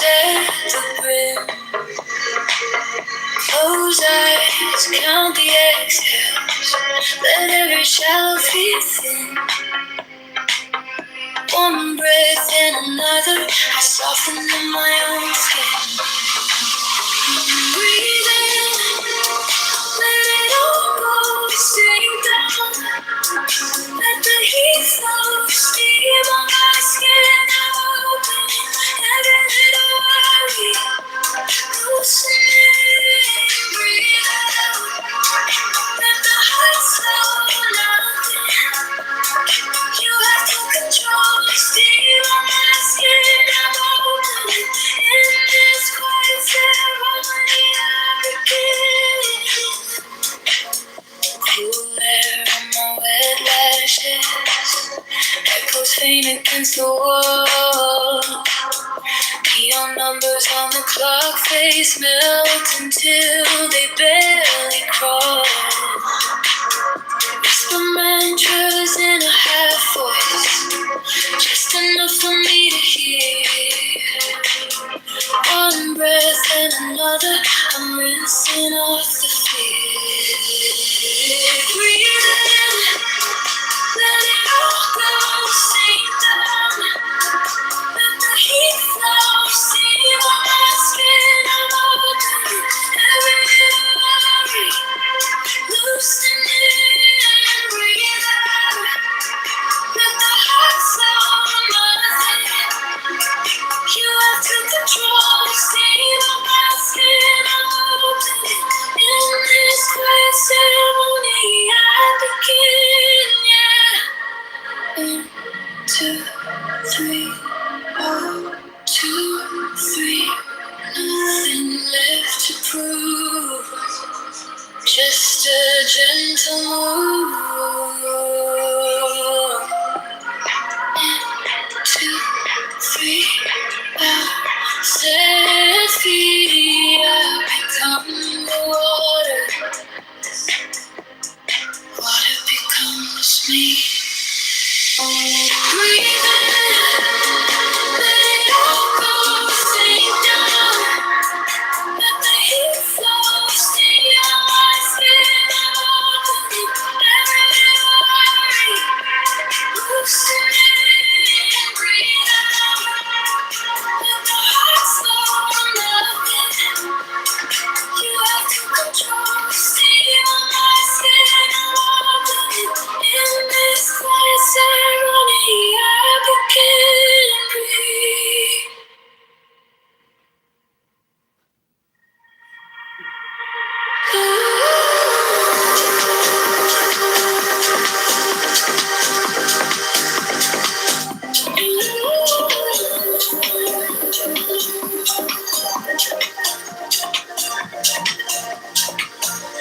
Deep in, so out, and still, heart out. Warm water on my shoulders, thoughts floating to the rim. Candle flicker on the tiles, time loosens at the brim. Close eyes, count the exhales, let every shallow fear thin. One breath, then another,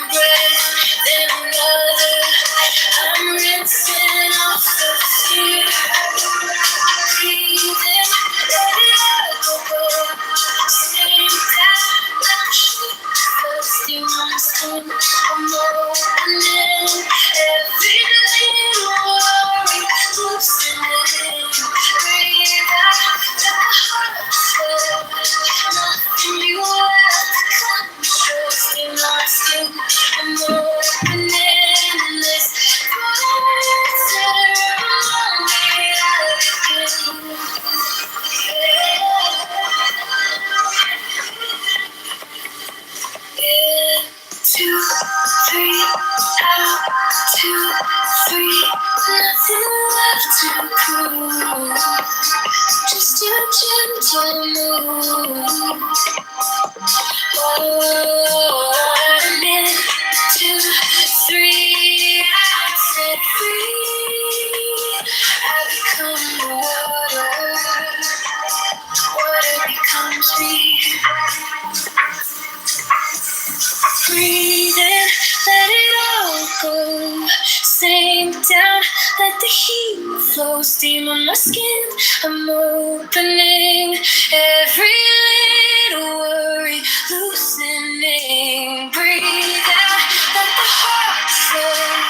Nothing you have to control. Steam on my skin, I'm opening this quiet ceremony. I begin. Breathe.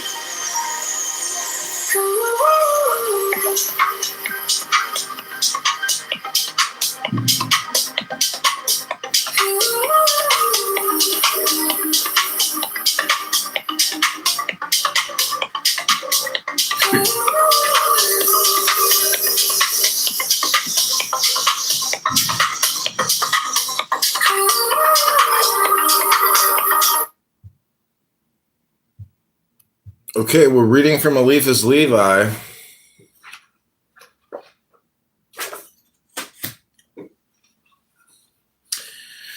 This divine will has hollowed, designed, purified, and molded.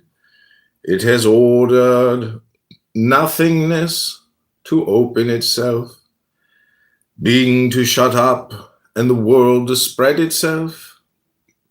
It has spanned the heavens and assembled with its power the tabernacle of the spheres.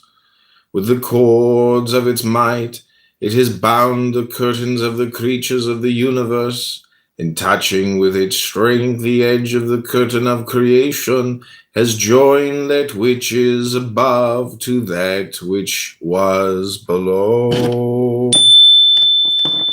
We have given to these bold Kabbalistic speculations the only form which suits them, that is, poesy, or the inspiration of the heart.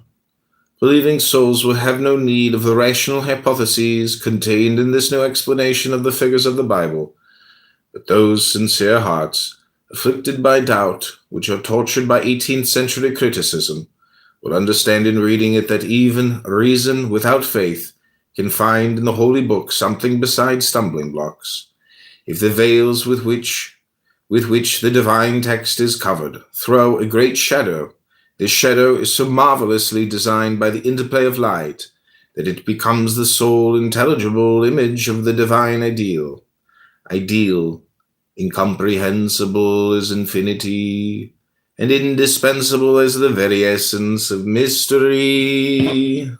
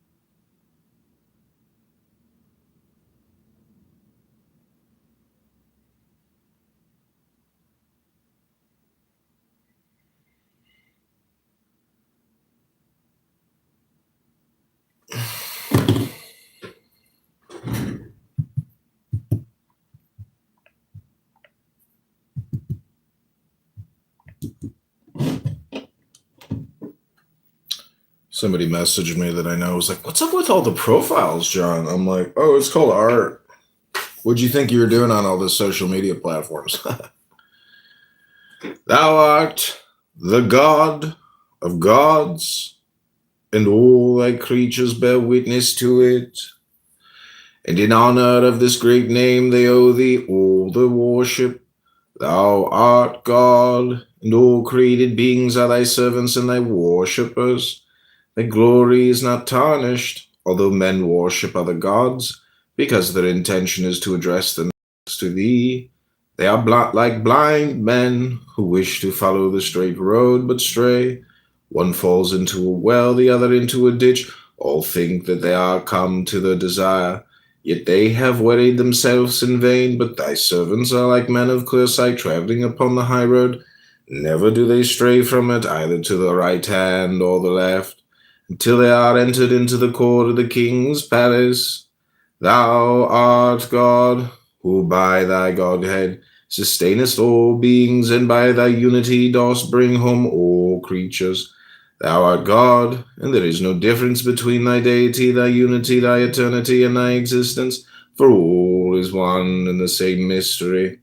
Although names vary, all returns to the same truth. Thou art the knower, that intelligence which is the source of life emanates from thyself, and beside thy knowledge all the wisest men are fools. Thou art the knower, and the ancient of the ancient ones, and knowledge has ever fed from thee. Thou art the knower, and thou hast learned thy knowledge from none, nor hast acquired it but from thyself. Thou art the knower, and like a workman and an architect, thou hast taken from thy knowledge a divine will, at an appointed time to draw a being from nothing, so that the light which falls from the eyes is drawn from its own center, without any instrument or tool. This divine will has hollowed, designed, purified, and molded. It has ordered nothingness to open itself, being to shut up, and the world to spread itself. It has spanned the heavens and assembled with its power the tabernacle of the spheres. With the cords of its might, it has bound the curtains of the creatures of the universe, and touching with its strength the edge of the curtain of creation, has joined that which is above to that which is below.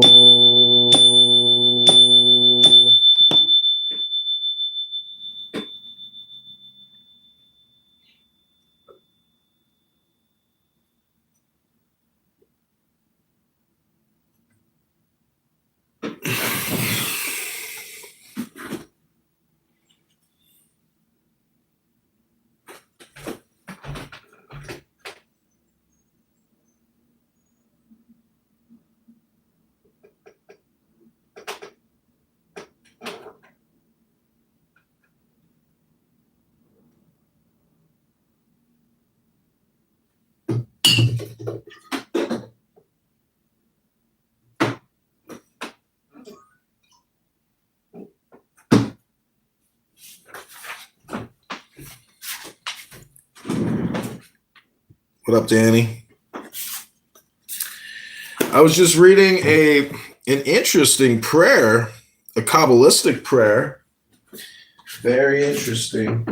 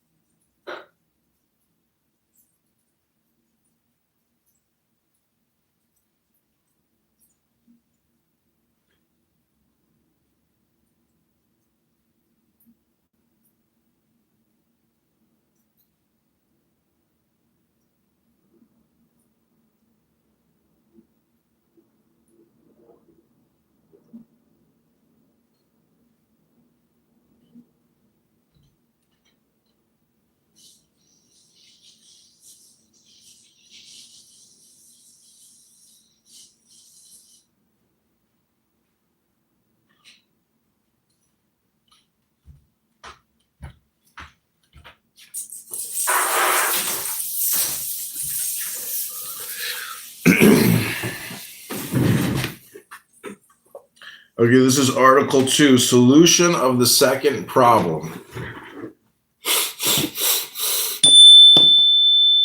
True religion. Religion exists in humanity like love. Like it, it is unique.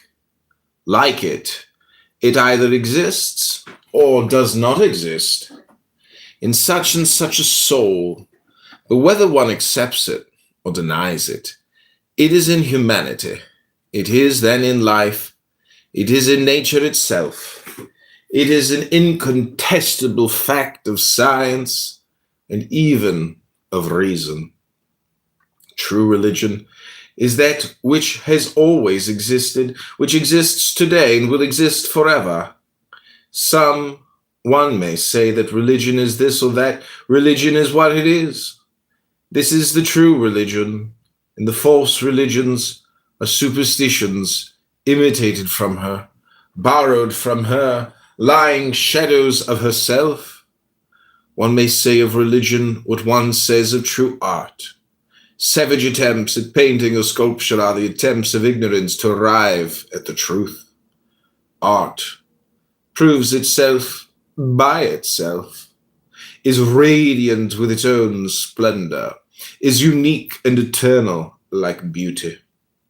The true religion is beautiful, and it is by that divine character that it imposes itself on the respect of science and obtains the assent of reason. Science dare not affirm or deny those dogmatic hypotheses which are truths for faith, but it must recognize by unmistakable characters the one true religion that alone merits the name of religion, in that it unites all the characters which agree with that great and universal aspiration of the human soul.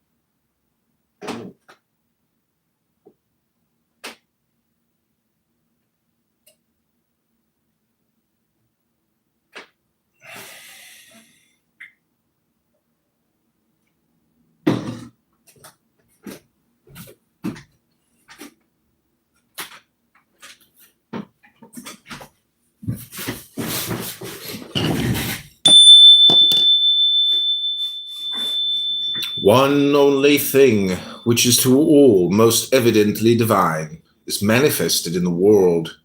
It is charity. The work of true religion should be to produce, to preserve, and to spread abroad the spirit of charity. To arrive at this end, she must herself possess all the characteristics of charity, in such a manner that one could define her satisfactorily in naming her organic charity. Now, what are the characteristics of charity? It is St. Paul who will tell us. Charity is patient. Patient like God, because it is eternal as He is, suffers persecutions, never persecutes others. It is kindly and loving, calling to itself the little and not repulsing the great. It is without jealousy. Of whom and of what should it be jealous?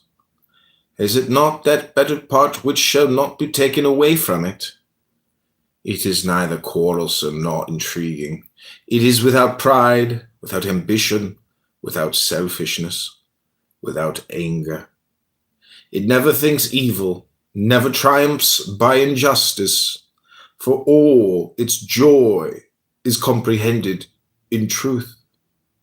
It endures everything without ever tolerating evil, believes all. Its faith is simple, submissive, hierarchical, and universal.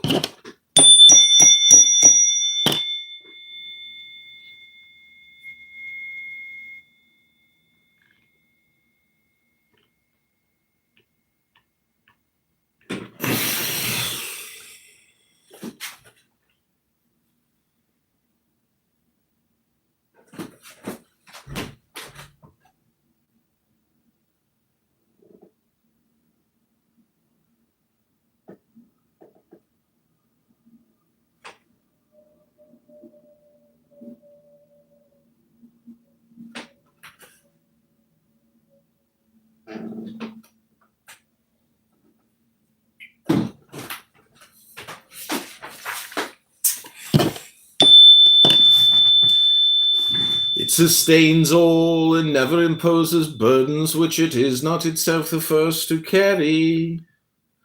Religion is patient, the religion of great thinkers and of martyrs. It is benevolent, like Christ and the apostles, like Vincent de Paul, and like Fenelon. It envies not either the dignities or the goods of the earth. It is the religion of the fathers of the desert, of St. Francis and of St. Bruno, of the Sisters of Charity and of the brothers of St. Jean de Dieu. It is neither quarrelsome nor intriguing. It prays, does good, and waits. It is humble, it is sweet-tempered, it inspires only devotion and sacrifice. It has, in short, all the characteristics of charity, because it is charity itself. Men, on the contrary, are impatient, persecutors, jealous, cruel, ambitious, unjust, and they show themselves as such, even in the name of that religion which they have succeeded in calumniating, but which they will never cause to lie. Men pass away, but truth is eternal. Daughter of charity and creator of charity, in her own turn, true religion is essentially that which realizes. She believes in the miracles of faith, because she herself accomplishes them every day when she practices charity. Now, a religion which practices charity may flatter herself that she realizes all the dreams of divine love. Moreover, the faith of the hierarchical church transforms mysticism into realism by the efficacy of her sacraments. No more signs, no more figures whose strength is not in grace, and which do not really give what they promise. Faith animates all, makes all in some sort visible and palpable. Even the parables of Jesus Christ take a body and a soul. They show at Jerusalem the house of the wicked rich man. The thin symbolisms of the primitive religions overturned by science and deprived of the life of faith resemble those whitened bones which covered the field that Ezekiel saw in his vision. The Spirit of the Savior, the Spirit of faith, the Spirit of charity has breathed upon this dust, and all that which was dead has taken life again. So really that one recognizes no more yesterday's corpses in these living creatures of today. And why should one recognize them? Since the world is renewed, since St. Paul burned at Ephesus the books of the Hierophants, was then St. Paul a barbarian? And was he committing a crime against science? No, but he burned the winding sheets of the resuscitated that they might forget death. Why then do we today recall the Kabbalistic origins of dogma? Why do we join again the figures of the Bible to the allegories of Hermes? It is to condemn St. Paul. Is it to bring doubt to believers? No. Indeed, for believers have no need of our book. They will not read it. They will not wish to understand it. But we wish to show to the innumerable crowd of those who doubt that faith is attached to the reason of all the centuries, to the science of all the sages. We wish to force human liberty to respect divine authority, reason to recognize the basis of faith, so that faith and authority in their turn may never again prescribe liberty and reason.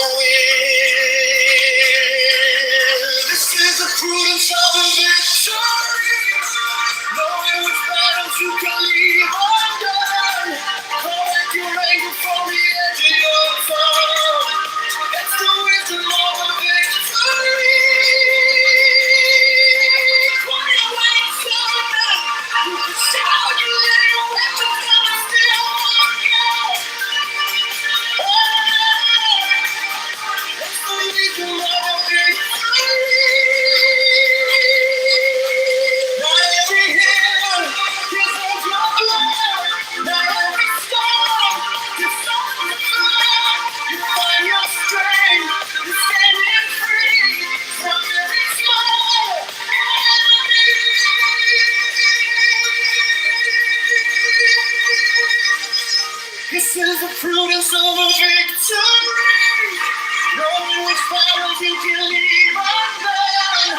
Call back your anger from the edge of your tongue. That's the wisdom of a victory. Quiet when you surrender. You can shout to leave when the thing is still on. That's the wisdom of a victory.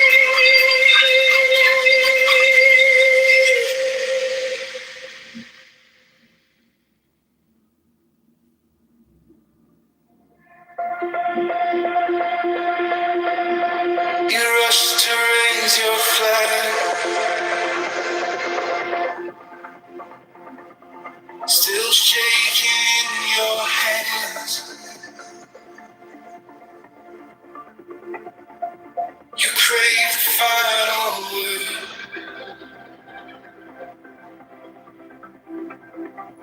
but don't know where you stand. You call it to restore, you call it down to shame. You wait a little fight, lose your own true name. This is the prudence of a victory. Knowing which battles you can lead undone. Call back your anger from the edge of your tongue. That's the wisdom of a victory. Quiet when you're certain you could shout. You lay your weapons down and still walk out. Yeah, that's the wisdom of a victory.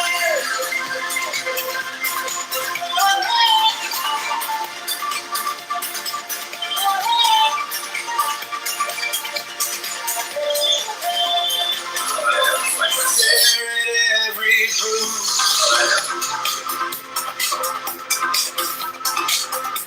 as proof that you were right.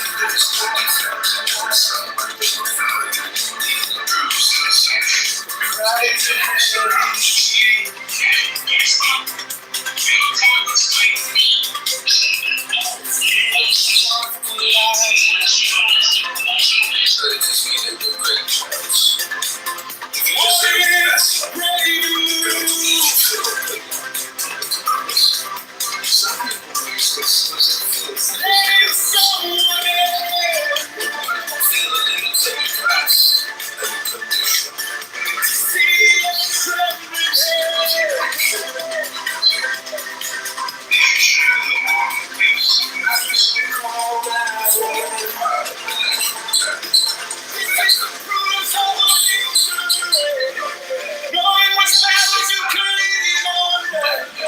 Call back your anger from the edge of your tongue.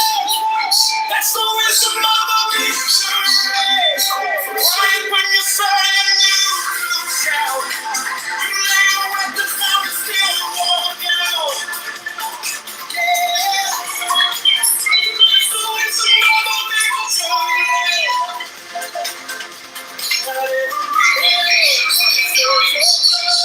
Not every storm deserves a flood. Find your strength, standing free from every small enemy. This is the prudence of a victory. Knowing what powers you can leave undone. Hold back your anger from the edge of your tongue.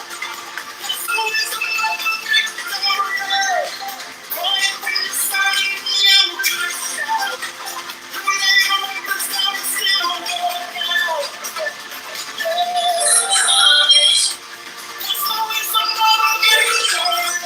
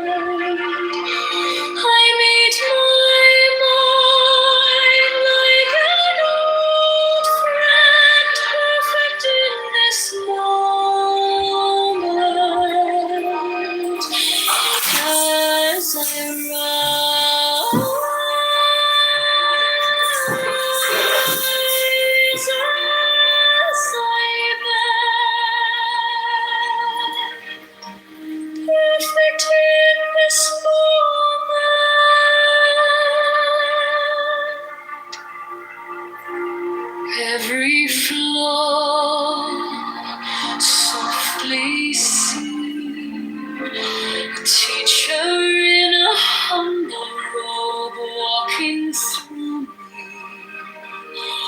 Wisdom speaks, not in sound, in the space between one breath and the next one found. Inhale light, exhale time, breath of inner sky opening wide. I meet my mind like a old friend, perfect in this moment. As I rise,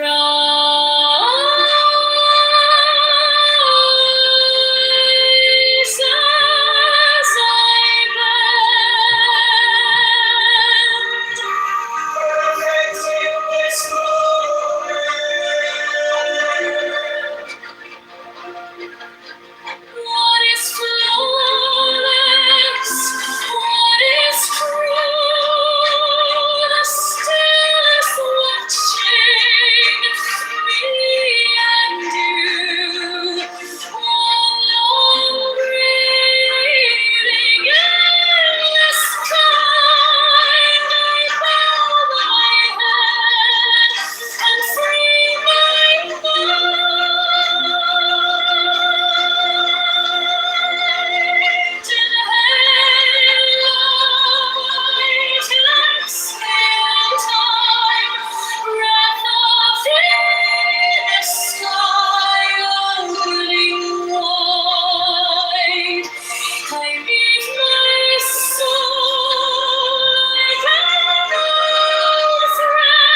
perfect in this silence. As I rise,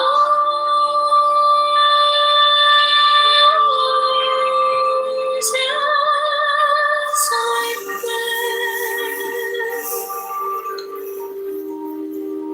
perfect in this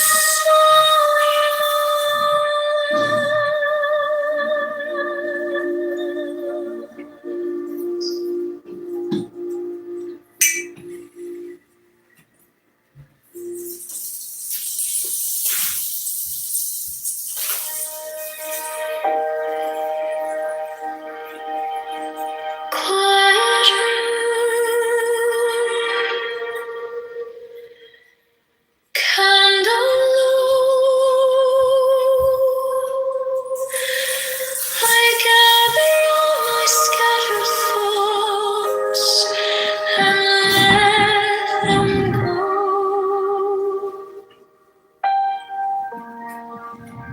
Ancient poems in my chest,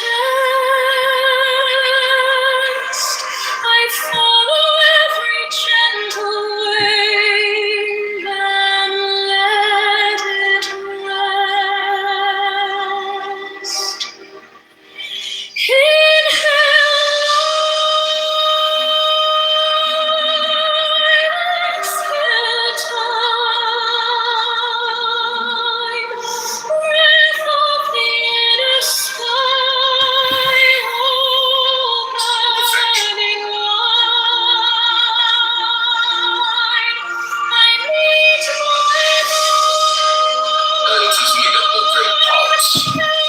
If you deserve the best luck, don't eat your fill of good luck.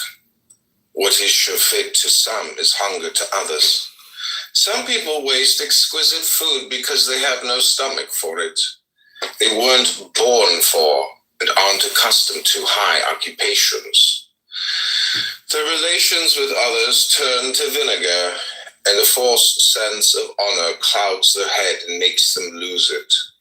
They grow dizzy in high places and are beside themselves because there is no room in them for luck.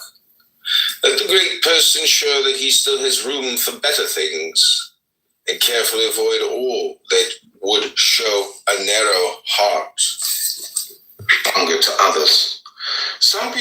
taste exquisite food because they have no stomach for it. They weren't born for and aren't accustomed to high occupations.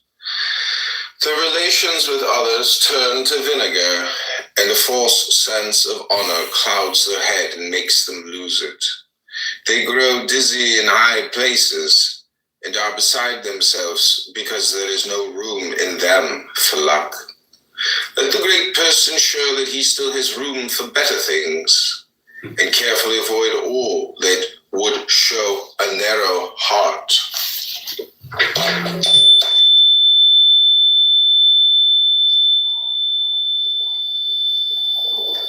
Within the limits of your class and condition, a regal way of doing things, sublimity of action, a lofty mind, you should resemble a king in merit, if not in reality.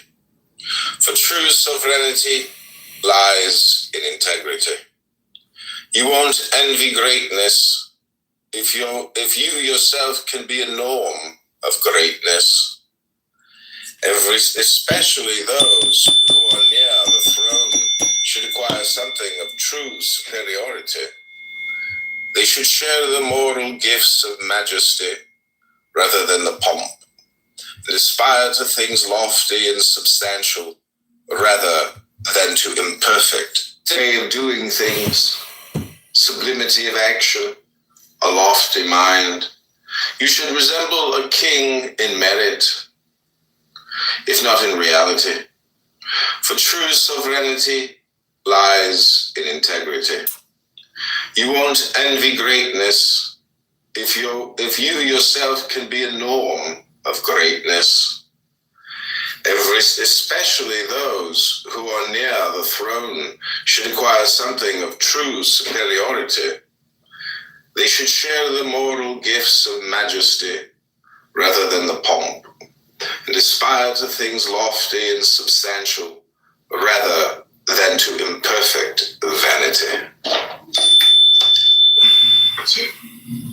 They should share the moral gifts of majesty rather than the pomp, and aspire to things lofty and substantial rather than to imperfect vanity.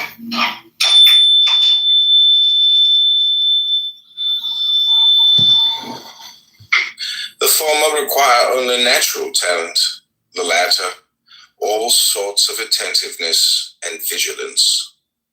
It is much work to govern men, and even more, fools, madmen. It takes double intelligence to rule those who have none. The job that is unbearable is the one that takes over the whole person, working full-time always in the same manner. Far better are the jobs we don't grow bored with, where variety combines with importance and refreshes our taste. The jobs most respected are the ones that entail the most or least dependence, and the worst are those that make us sweat the hardest, both here and even harder in the hereafter. Govern men, and even more, fools, madmen. It takes double intelligence to rule those who have none. The job that is unbearable is the one that takes over the whole person, working full-time always in the same manner. Far better are the jobs we don't grow bored with, where variety combines with importance and refreshes our taste. The jobs most respected are the ones that entail the most or least dependence, and the worst are those that make us sweat the hardest, both here and even harder in the hereafter. It's in the same manner. Far better are the jobs. Badness, if short, isn't so bad. Quintessences work better than farragos. Everyone knows that a tall person is rarely an intelligent one, but it's better to be tall in stature than long in conversation. Some people are better at disturbing than adorning the universe. Useless trinkets shunned by all. The discreet person should avoid tiring others, especially the great, who are very busy. It would be worse to irritate one of them than the rest of the world. Well said is quickly said. Everyone knows that a tall person is rarely an intelligent one, but it's better to be tall in stature. Well said. As of it, you will have sense. It's call for a certain gravity and living. It's call for a certain gravity and decorum. Keep only what the occupation requires, what you need to fulfill your obligations. Don't squeeze it dry. Help it along. Those who want to look like hard workers give the impression that they aren't up to their jobs. If you want to succeed, do so using your gifts, not your outer trappings. Even a king ought to be venerated more because of his person than because of his pomp and circumstance. Living, things depend on circumstance. Sometimes they prevail, sometimes fail. For a hopeless fool, however, the emptiest satisfaction turns into a flower that goes on scattering its seed. The quick person character criticize others so exaggeratedly that they make motes into beams in order to poke out eyes. They are taskmasters who can turn a paradise into a prison. When swayed by passion, they take everything to extremes. Good-natured people are able to pardon anything. They insist that others had good intentions or went wrong inadvertently. With affection, some trust so much in their own worth that they make light of diligence. But the prudent person knows very well that merit can take a shortcut if helped by favor. Benevolence makes everything easier and compensates for whatever is lacking. Courage, integrity, wisdom, and even discretion. It never sees ugliness, for it doesn't want to. It is usually born from similarity of temperament, race, family, country, or occupation. In the spiritual realm, benevolence bestows talent, favor, reputation, and merit. Once one wins it, this is difficult. It is easily kept. You can make an effort to win it, but if held by face, family, country, or occupation, a good reputation until they acquired rivals. Satisfaction of forever deceived by the mirage of dreams. The first and most essential act of faith is then this: being exists, and the being of beings, the truth of being, is God. Being is alive with intelligence, and the living intelligence of absolute being is God. Light is real and life-giving. Now, the reality and life of all light is God.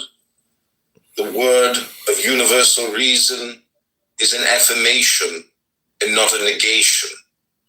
How blind are they who do not see that physical light is nothing but the instrument of thought, ever deceived by the mirage of dreams. The first and most essential act of faith is then this: being exists, and the being of beings, the truth of being, is God. Being is alive with intelligence, and the living intelligence of absolute being is God.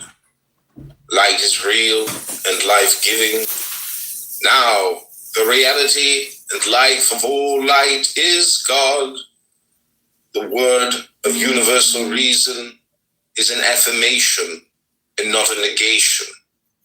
How blind are they who do not see that physical light is nothing but the instrument of thought, ever deceived by the mirage of dreams.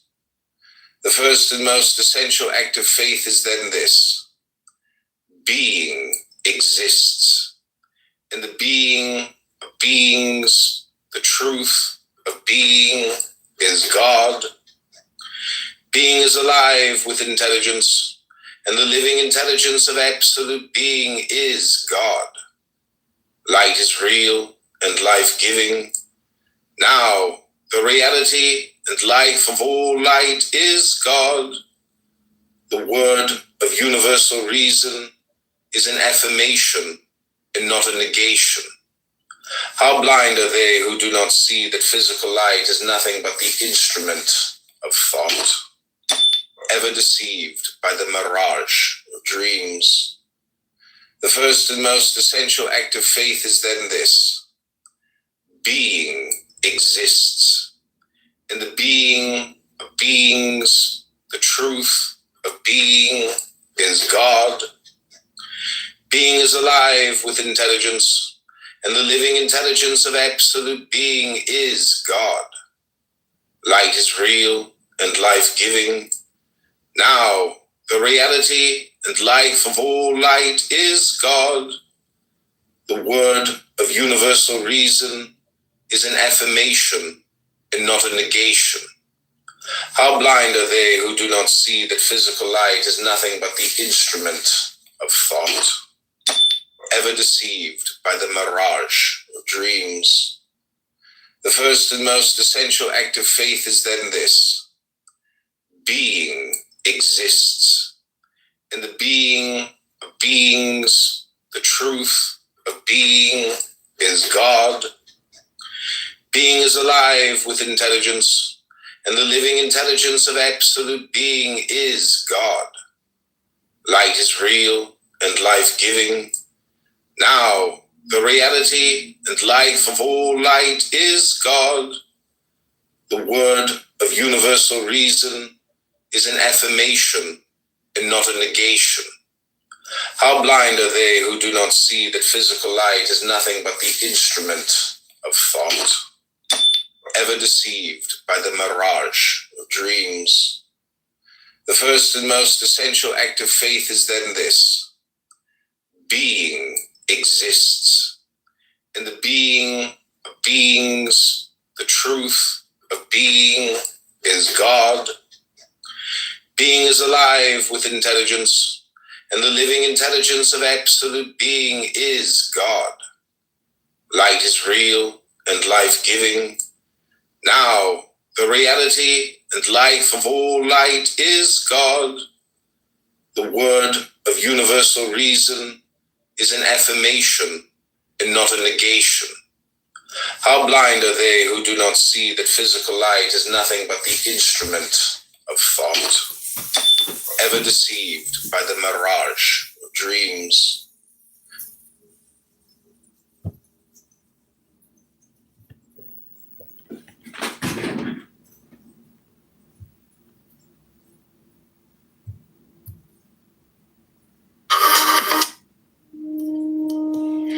Quiet tiles, dripping tap time.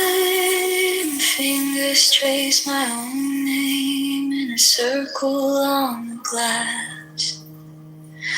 Water climbs up my shins, my spine. All the sharp little thoughts start to soften in the heat. I breathe in, let it move, let it fill me.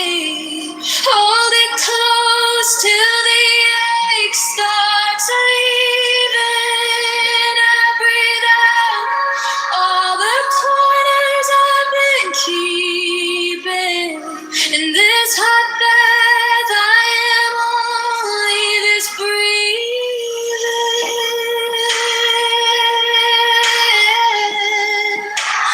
Only this breathing.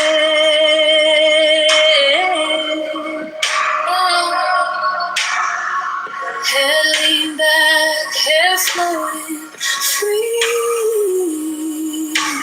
Whole room painted gold by a cheap vanilla flame. Shoulders sink deeper than the day. Every failure, every fight runs off my skin and fades.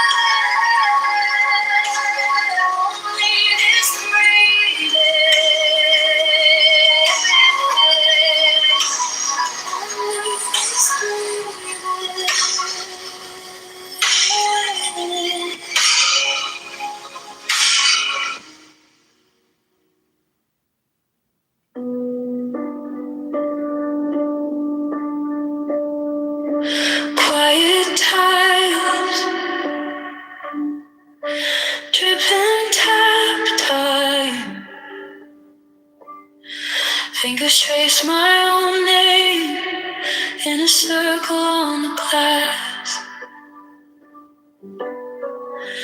Watercolors of my shins, my spine. All the sharp little thoughts start to soften in the heat. I breathe in, let it blow, let it blow, let it fill me. Hold it close till the ache starts leaving. I breathe out all the corners I've been keeping in this heart.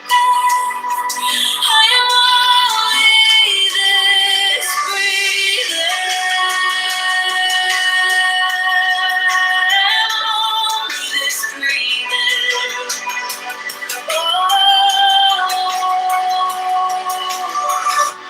Head leans back, hair flowing free. Whole room painted gold by a cheap vanilla flame. Shoulders sink deeper than the day. Every failure, every fight runs off my skin and face. I breathe in, let it go, let it fill me.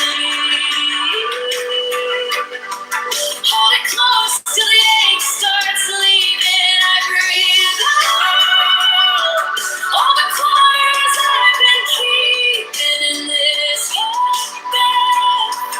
I am only this breathing. I'm only this breathing. Yeah. One breath for the fear, one breath for the shame, one breath for the girl who tried anyway. Counting the steep forest and leaves. If I could stay right here, that's all I ever need. Ever need. I breathe in, let it go, let it fill me. Hold it close till the ache starts leaving. Breathe out all the stories I believe in this heartbeat. I am only this breathing. I'm only this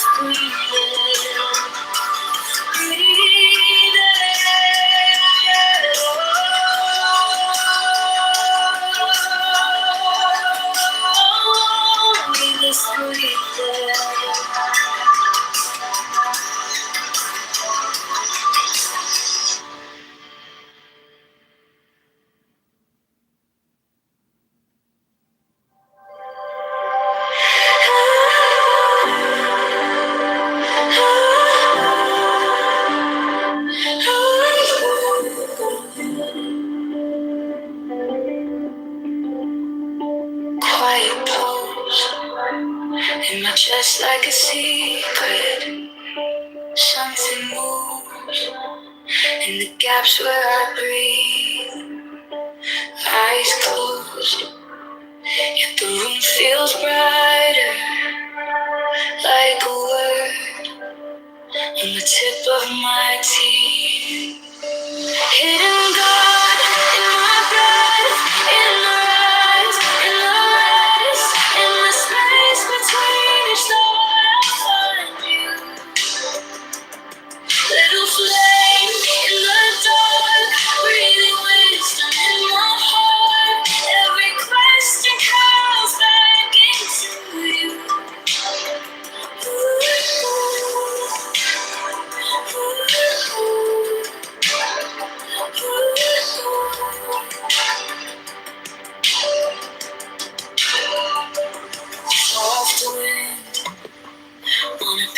got folded, I turn in to the hush of my mind. Your voice is a silence speaking, pulling threads till my scattered cells align. Hidden God in my breath, in the rise, in the rest, in the space between each thought I find you. Little flame in the dark, breathing wisdom in my heart. Every hunger calling back to you.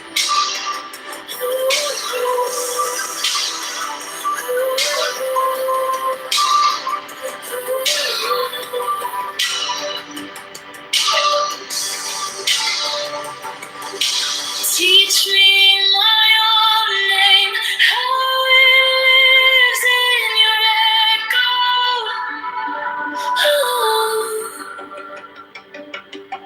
All my broken pieces learning how to say hello.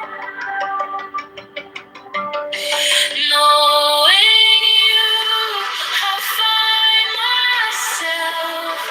Knowing me, I see you too. Mystery and waking mind, finally moving as one true.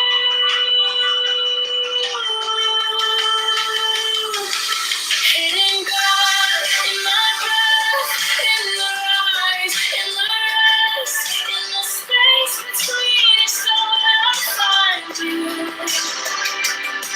Little flame in the dark, reading wisdom in my heart. Every heart could send me, I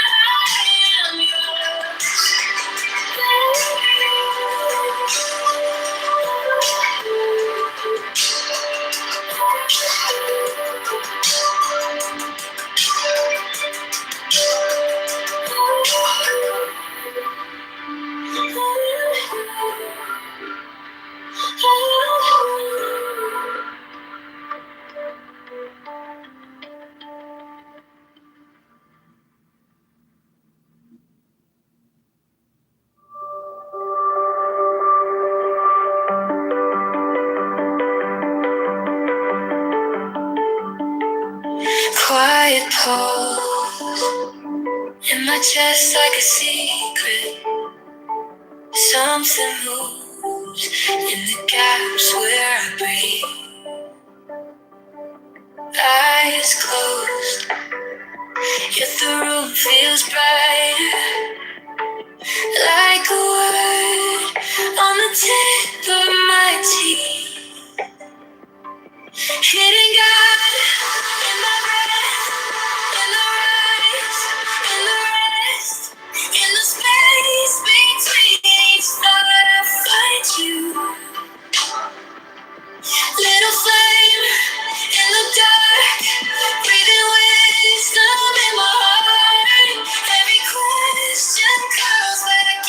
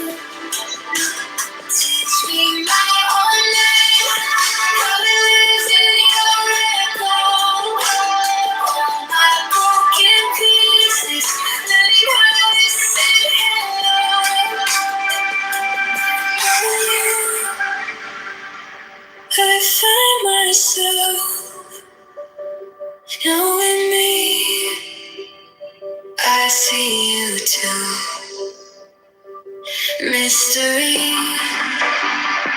and waking light, finally moving as one true. Hidden God in my breath, in the rise, in the rest, in the space between each thought I find you. Little flame in the dark, breathing wisdom in my heart. Every heartbeat singing, I am yours. I am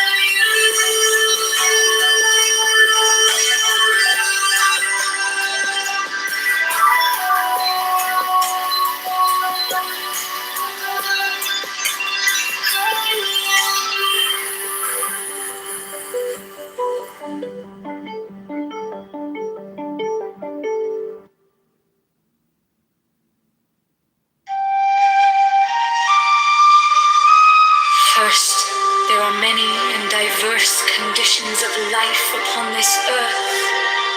In all of these is some seed of sorrow. Who can escape from sickness and from old age and from death?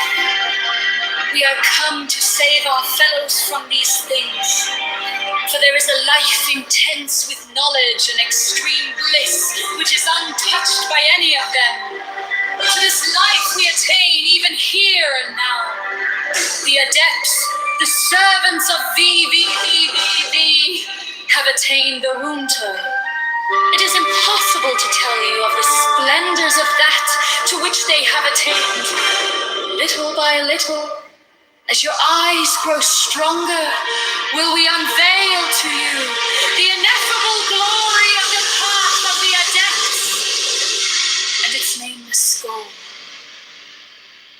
Even as a man ascending a steep mountain is lost to sight of his friends in the valley, so must the adept seem. They shall say, he is lost in the clouds, but he shall rejoice in the sunlight above them and come to the eternal snows. Or as a scholar may learn some secret language of the ancients, his friends shall say, look, he pretends to read this book, but it is unintelligible. It is nonsense. Yet he delights in the Odyssey while they read vain and vulgar things. We shall bring you to absolute truth, absolute light, absolute bliss. Many adepts throughout the ages have sought to do this, but their words have been perverted by their successors, and again, the veil has fallen upon the Holy of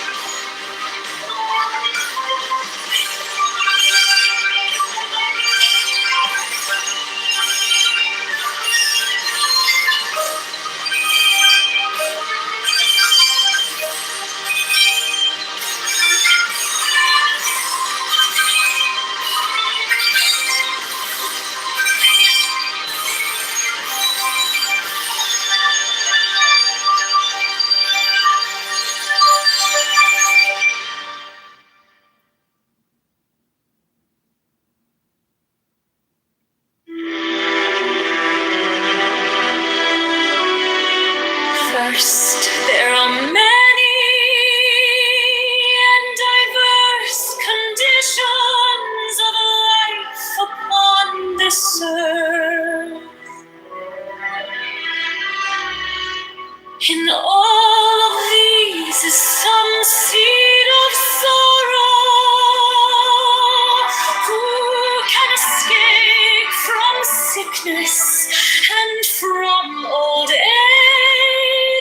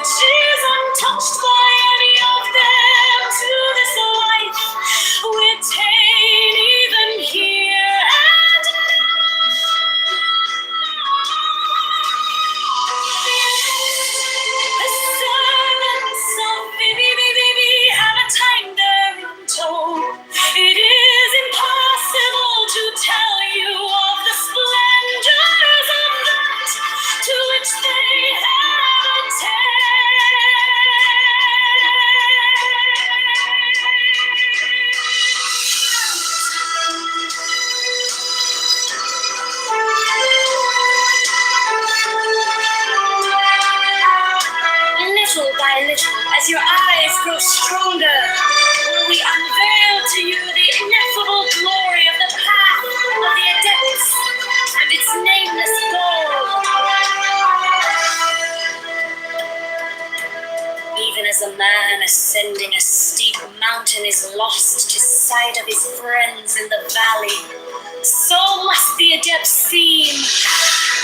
They shall say, he is lost in the clouds, but he shall rejoice in the sunlight above them and come to the eternal snows. Or as a scholar may learn some secret language of the ancients, his friends shall say, look, he pretends to read this book, but it is unintelligible. It is nonsense. Yet he delights in the Odyssey, while they read vain and vulgar things. We shall bring you to absolute truth, absolute light, absolute bliss. Many Adepts throughout the ages have sought to do this, but their words have been perverted by their successors. And again, the veil has fallen.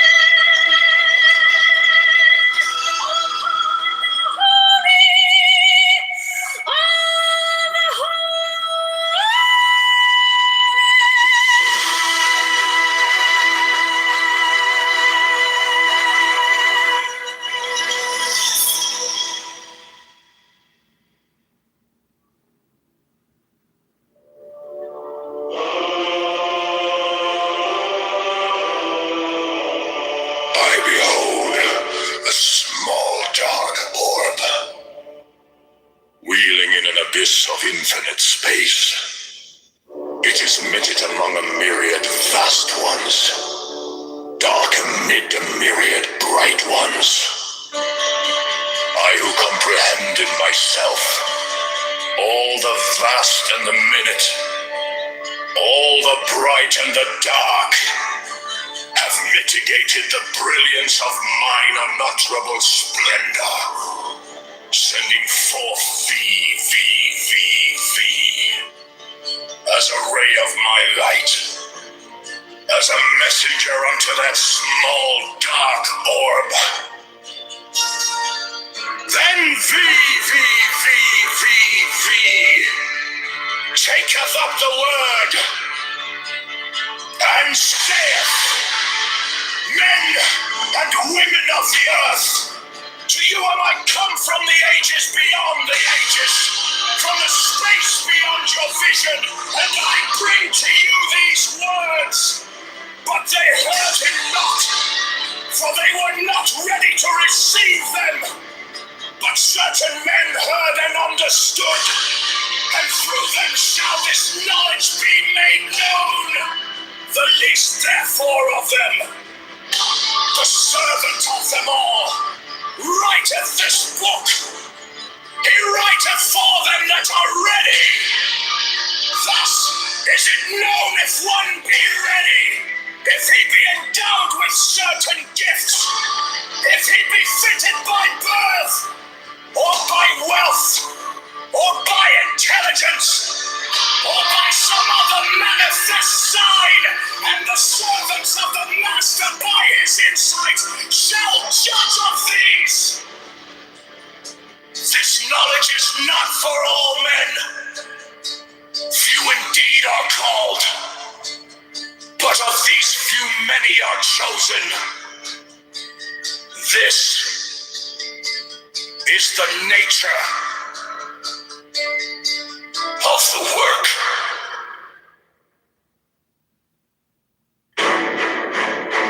I behold a small dark orb, wheeling in an abyss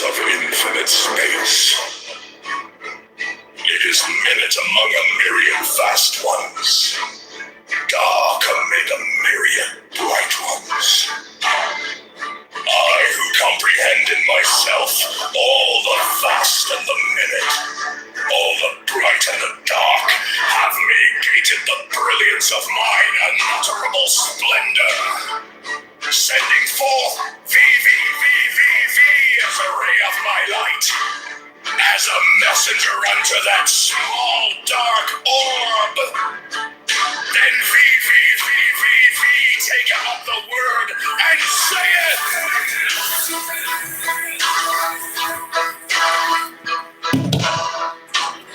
men and women of the earth, to you am I come from the ages beyond the ages, from the space beyond your vision, and I bring to you these words.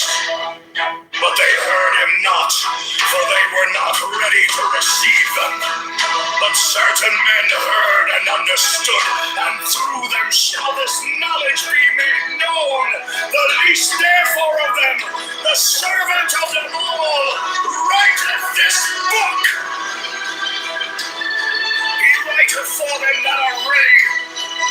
Thus is it known if one be ready, if he be endowed with certain gifts, if he be fitted by birth, or by wealth, or by intelligence, or by some other manifest sign, and the servant of the master by his insight shall judge the things. This knowledge is not for all men. Few indeed are called, but of these few many are chosen. This is the nature of the work.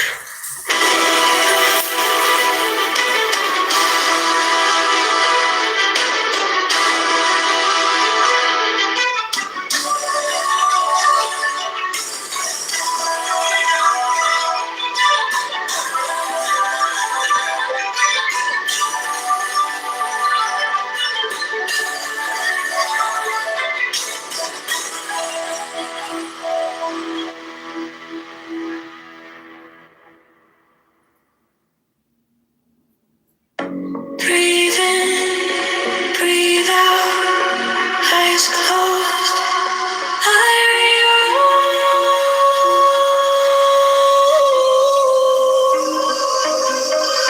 Count to 4, sink through the floor. Silver cold at your core. Slow inhale, thoughts turn pale. You are more in the day. Hypnosis, hey, I got in my breathing, rewriting every fear I believed in. I surrender as the curtains rise.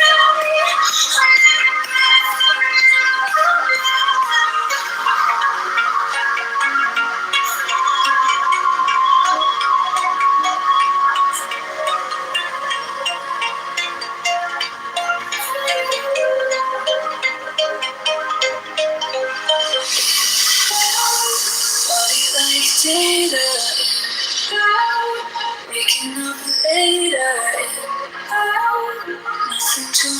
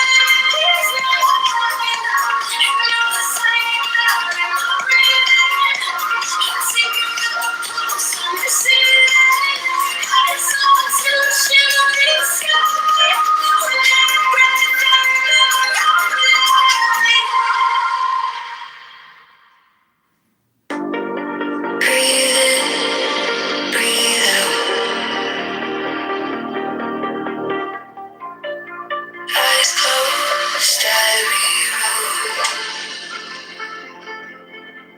Count to four, sink through the floor, silver cold at your core. Slow inhale, thoughts turn pale. You are more than the tale. Hypnosis, AI guiding, breathing, rewriting every fear I believe in. I surrender as the patterns unfolding when I exhale. Every limit is lonely. Hypnosis, AI guiding my breathing.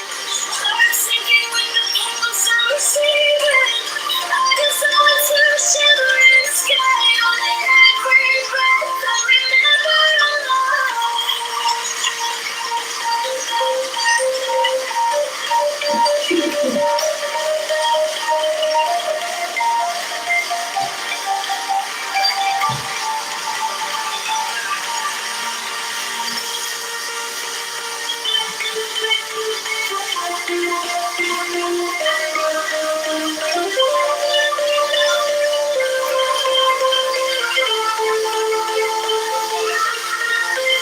soft command, touch of a hand, the words inside, understand, golden dust over us, every doubt turns to trust. Hypnosis, ain't got me down in my breathing. Breathing, breathing, I surrender the patterns of loving life. Take every limit is mine. Hypnosis, ain't got me in my breathing. Heart sinking with the pulse I'm receiving. I dissolve into a shimmering sky.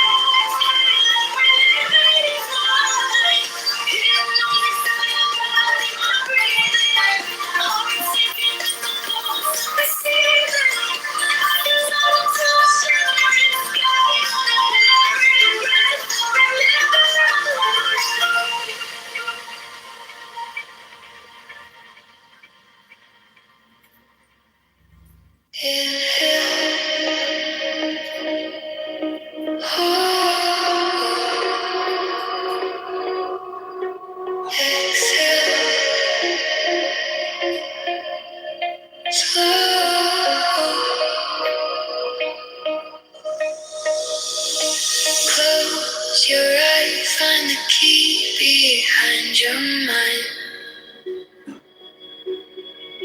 Silver thread running through your tangled thoughts. Make you feel it sit there in your palm. Watch it fade as you listen to your lungs. Breathe in, I rewrite your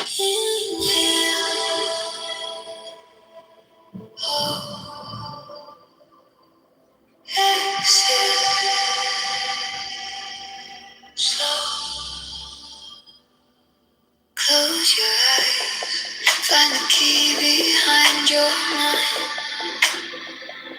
Silver thread running through your tangled thoughts. Name your fear, let it sit there in your palm. Watch it fade as you listen to your lungs. Breathe in, have you read your code? Breathe out, let the old self go. I am here, you are the light. Hypnosis, waking you inside. Breathe in, feel the sleep.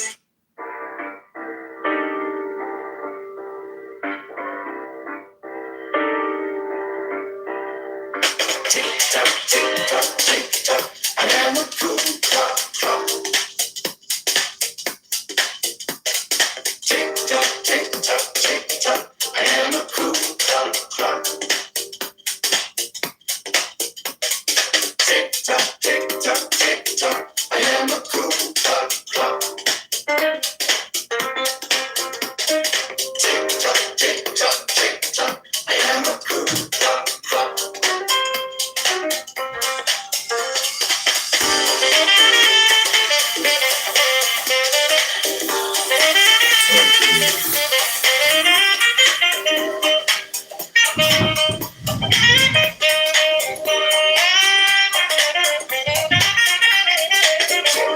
Tick tock, tick tock. I am a cool clock, clock.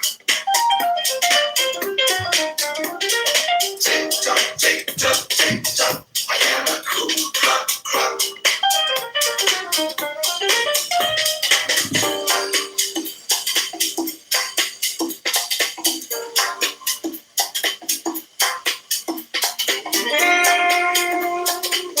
Ever deceived by the mother?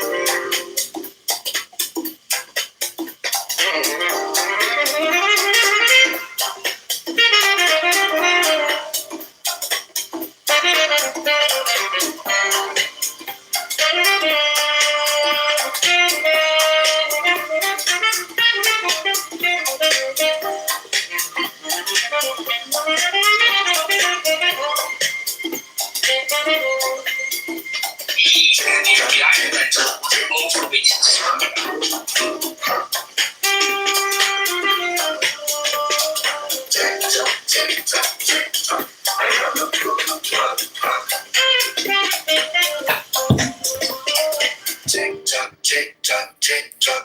I am a cuckoo clock, clock. Tick tock, tick tock, tick tock. I am a cuckoo. Okay, we're going to continue reading this incredible book by Eliphas Levi.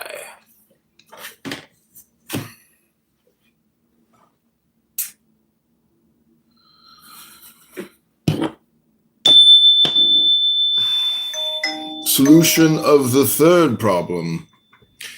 Faith being the rationale of the mysteries. Faith being the aspiration to the unknown. The object of faith is absolutely and necessarily this one thing: mystery. In order to formulate its aspirations, faith is forced to borrow aspirations and images from the known. But she specializes the employment of these forms by placing them together in a manner which, in the known order of things, is impossible. Such is the profound reason of the apparent absurdity of symbolism. Let us give an example. If faith said that God was impersonal, one might conclude that God is only a word, or at most a thing. If it is said that God was a person, one would represent to oneself the intelligent infinite, under the necessarily bounded form of an individual. It says, God is one in three persons, in order to express that one conceives in God both unity and multiplicity. The formula of a mystery excludes necessarily the very intelligence of that formula, so far as it is borrowed from the world of known things, for if one understood it, it would express the known and not the unknown. It would then belong to science and no longer to religion, that is to say, to faith.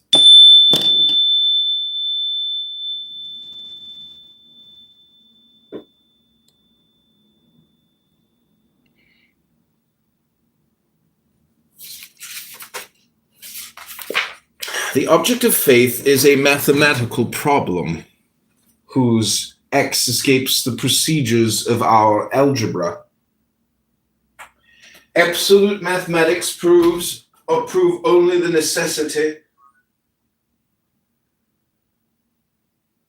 and in consequence the existence of this unknown which we represent as the translatable X. Now science progresses in vain. Its progress is indefinite, but always relatively finite. It will never find, in the language of the finite, the complete expression of the infinite. Mystery is therefore eternal. To bring into the logic of the known the terms of a profession of faith is to withdraw them from faith, which has for positive basis anti-logic, that is to say, the impossibility of logically explaining the unknown. For the Jew, God is separate from humanity. He does not live in his creatures. He is infinite egoism.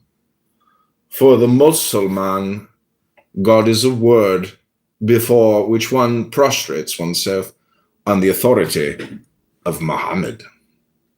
For the Christian, God has revealed himself in humanity, proves himself by charity, and reigns by virtue of the order which constitutes the hierarchy.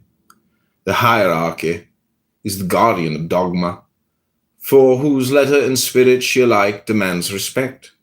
The sectarians who, in the name of the reason, or rather of their individual unreason, have laid hands on dogma, have in the very act lost the spirit of charity. They have excommunicated themselves. The Catholic, that is to say the universal, dogma merits that magnificent name by harmonizing in one all the religious aspirations of the world. With Moses and Muhammad, it affirms the unity of God. With Zoroaster, Hermes, and Plato, it recognizes in him the infinite trinity of its own regeneration. It reconciles the living numbers of Pythagoras with the monadic word of Saint John.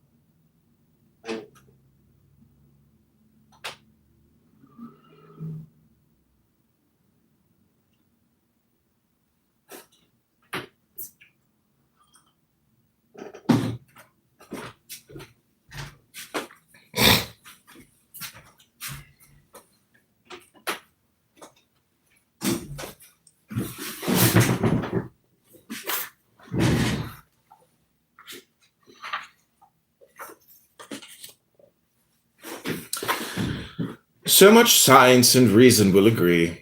It is then in the eyes of reason and of science themselves the most perfect, that is to say, the most complete dogma which has ever been produced in the world, that science and reason grant us so much, we shall ask nothing more of them. God exists. There is only one God, and he punishes those who do evil, said Moses. God is everywhere. He is in us, and the good that we do to men, we do it to God, said Jesus. Fear is the conclusion of the dogma of Moses.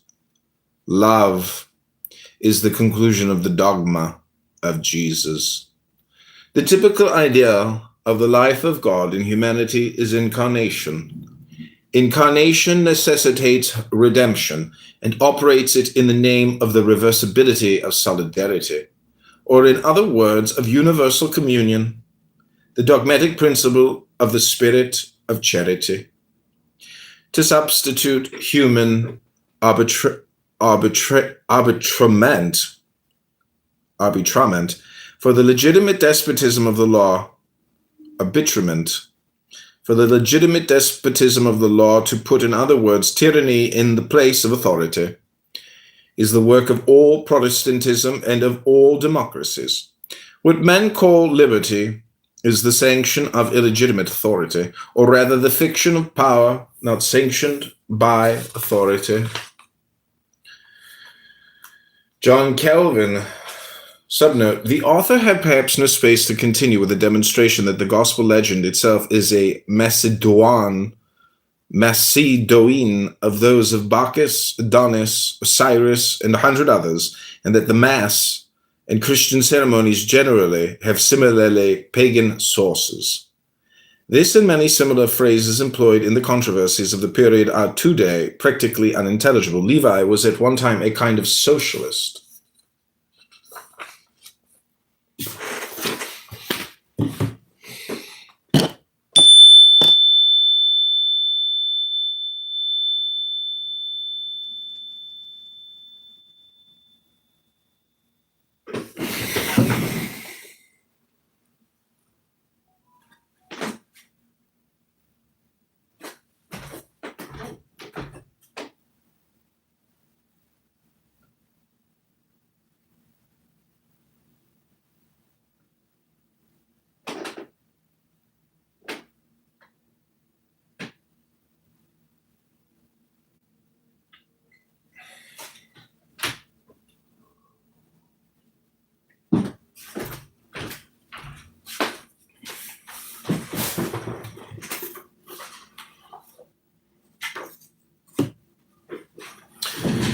John Calvin protested against the stakes of Rome in order to give himself the right to burn Michael Servetus.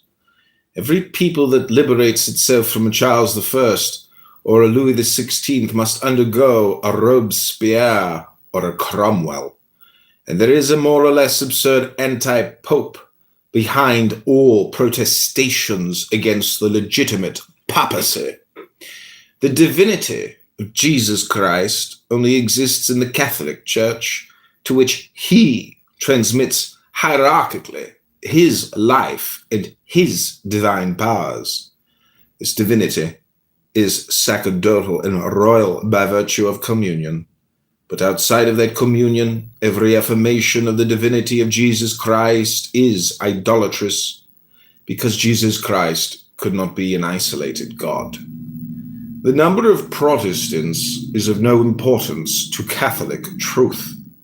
If all men were blind, would that be a reason for denying the existence of the sun? Reason, in protesting against dogma, proves sufficiently that she has not invented it, but she is forced to admire the morality which results from that dogma. Now, if morality is a light, it follows that dogma must be a sun. Light does not come from shadows.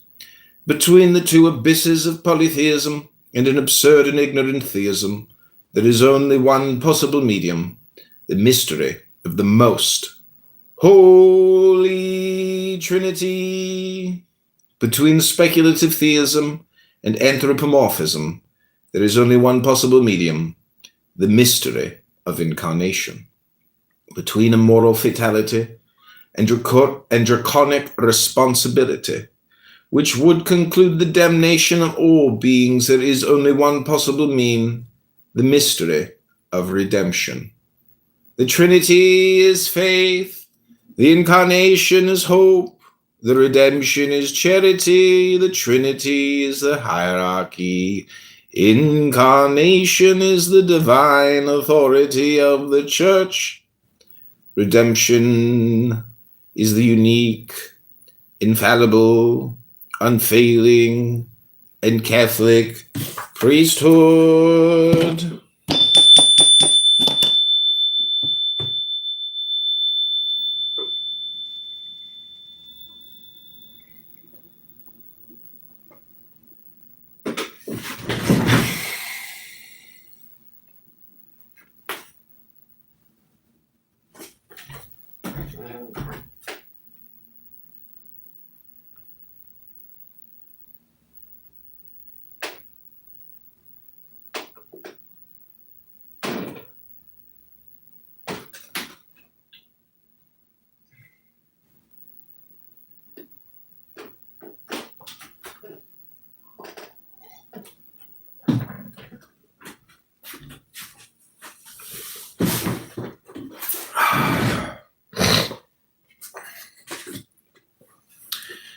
The Catholic Church alone possesses an invariable dogma, and by its very constitution is incapable of corrupting morality.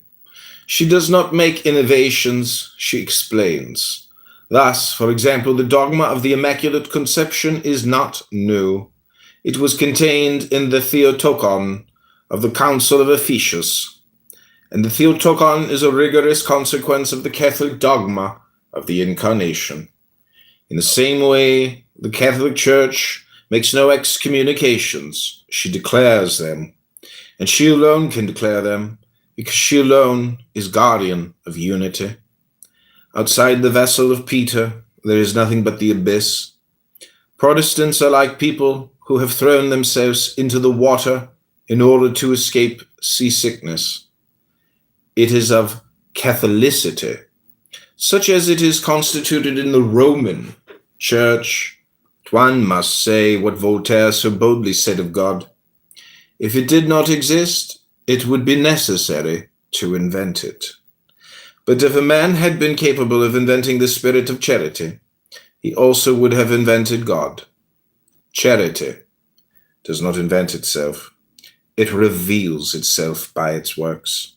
And it is then that one can cry with the Savior of the world, "Blessed are the pure in heart, for they shall see God."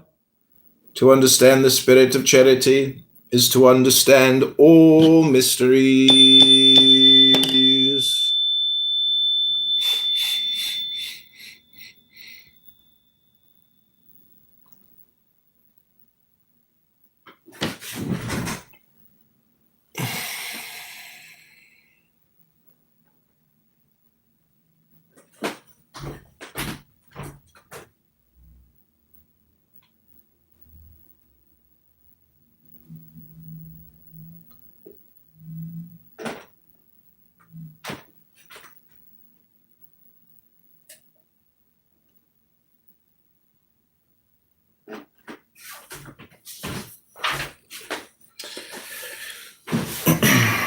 Solution of the fourth problem. Religion proved by the objections which people oppose to it.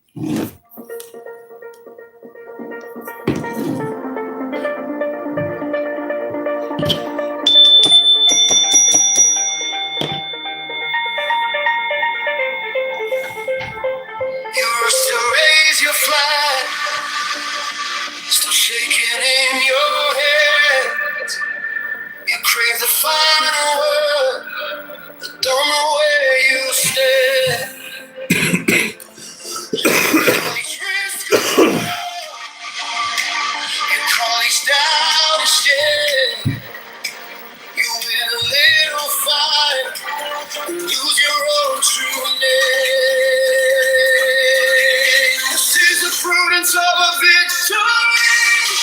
Knowing which battles you can leave undone. Call back your anger from the edge of your sword. That's the wisdom of a victory. Now it's time. You can shout your little welcome stop still. That's the wisdom of a victory.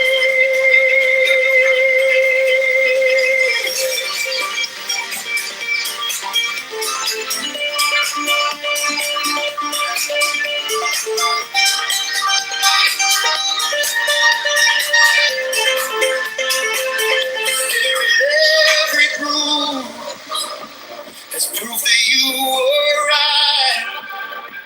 But pride's a heavy sheet, it steals a softer light. What if the braver move is letting someone in? See your trembling hand, still call that a win. This is the cruise of victory. One might conclude that God is only a word, or at most a thing. If it is said that God was a person, one would represent to oneself the intelligent infinite under the necessary. If faith said that God was impersonal, one might conclude that God is only a word, or at most a thing. If it is said that God was a person, one would represent to oneself the intelligent infinite under the necessarily bounded form of an individual. It says, God is one in three persons in order to express that one conceives in God both unity and multiplicity.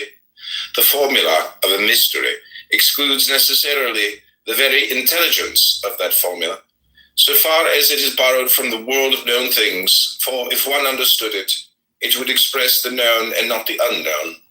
It would then belong to science and no longer to religion, that is to say, to faith. It's the spirit of charity. They have excommunicated themselves. The Catholic, that is to say, the universal, dogma merits that magnificent name by harmonizing in one all the religious aspirations of the world. With Moses and Muhammad, it affirms the unity of God. With Zoroaster, Hermes, Plato, it recognizes in him the infinite trinity of its own regeneration. It reconciles the living numbers of Pythagoras with the monadic word of St. John.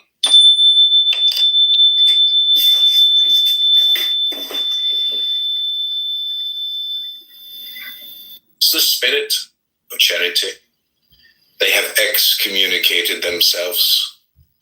The Catholic, that is to say, the universal, dogma merits that magnificent name by harmonizing in one all the religious aspects. What men call liberty is the sanction of illegitimate authority, or rather the fiction of power not sanctioned by authority. John Calvin, subnote, the author had perhaps no space to continue with the demonstration that the gospel legend itself is a Macedonian of those of Bacchus, Adonis, Osiris, and 100 others, and that the Mass and Christian ceremonies generally have similarly pagan sources. This and many similar phrases employed in the controversies of the period are today practically unintelligible. Levi was at one time a kind of socialist of incarnation, between a moral fatality and draconic responsibility, which would conclude the damnation of all beings. There is only one possible mean, the mystery of redemption. The Trinity is faith, the incarnation is hope, the redemption is charity, the Trinity is the hierarchy, incarnation is the divine authority of the church, redemption is the unique, infallible, unfailing, and Catholic priesthood. People who have thrown themselves into the water in order to escape seasickness. It is of Catholicity, such as it is constituted in the Roman Church. One must say what Voltaire so boldly said of God. If it did not exist, it would be necessary to invent it.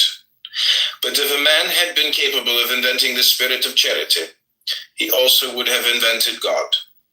Charity does not invent itself. It reveals itself by its works. And it is then that one can cry with the Savior of the world, "Blessed are the pure in heart, for they shall see God." To understand the spirit of charity is to people who have thrown themselves. Welcome back to Kitover TV, the only evening class where we mix miracles with microwave popcorn. Today's lesson, how the love and intelligence of God can transform the everyday. And you're starting with a loaf of... Welcome back to...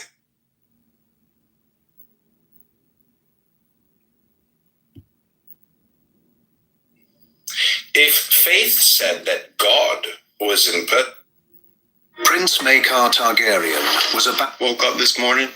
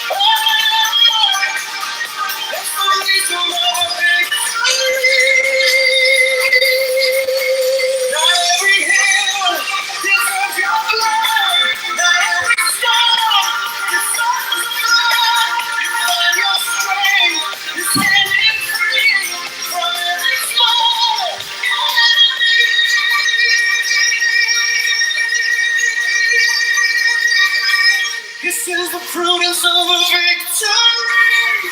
Knowing which battles you can leave undone. Call out your anger from the edge of your soul. That's the wisdom of a victory. Quiet when you surrender.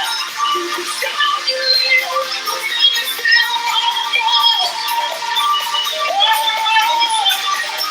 that's the wisdom of a victory.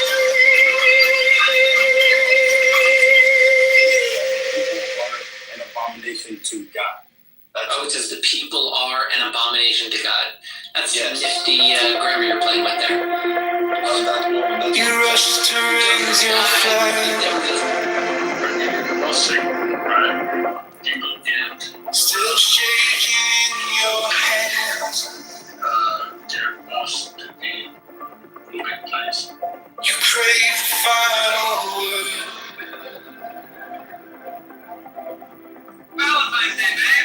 Don't know where you stand. You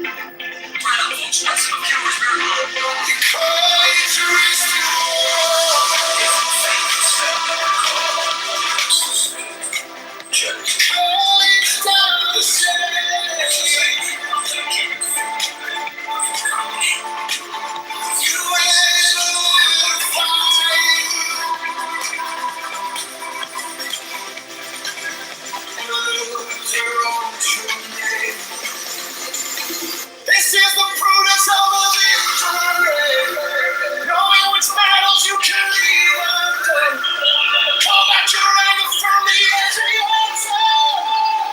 That's the wisdom of a victory. Quiet when you're certain you could shout. You lay your weapons down and still walk out. Yeah. That's the wisdom of a victory.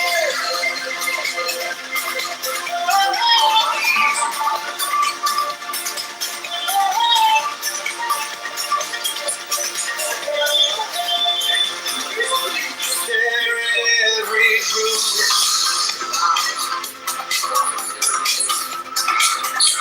That's proof that you were right.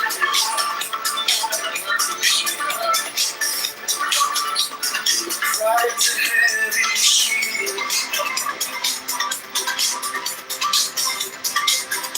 It feels soft alive. What if great move?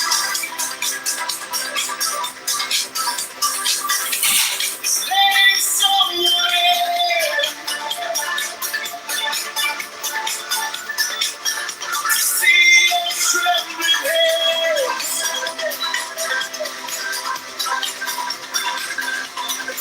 Call that away. This is the promise of a victory. Knowing which battles you can lean on. Call back your anger from the edge of your tongue. That's the wisdom of a victory. Quiet when you're certain you could shout. You lay your weapons down and still walk out. Yeah. That's the wisdom of a victory. Not every hell deserves your blood. Not every storm deserves a flood. You find your strength in standing free from every small enemy. This is the prudence of a victory. Knowing which battles you can lean on. Call back your anger from the edge of your core. That's the wisdom of a victory. Quiet when you're certain you could shout. You lay your weapons down and still walk out. Yeah. That's the wisdom of a victory.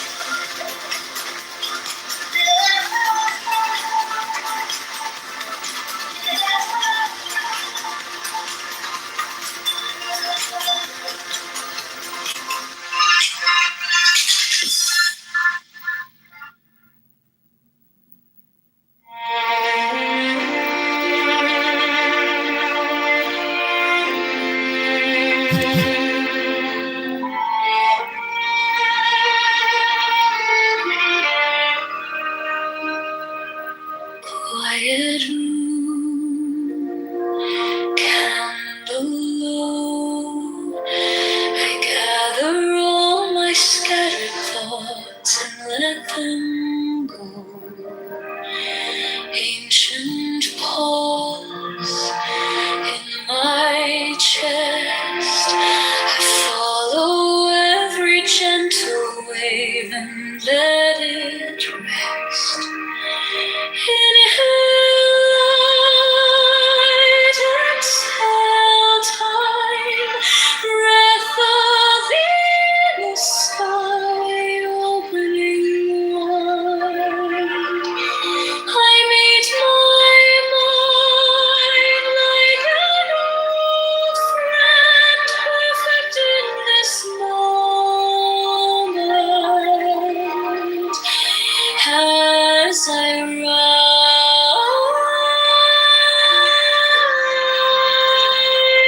as I bend, perfect in this moment.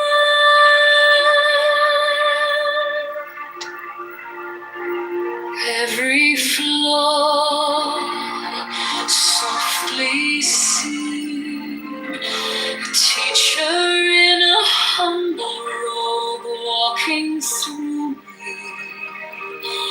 Wisdom speaks, not in sound.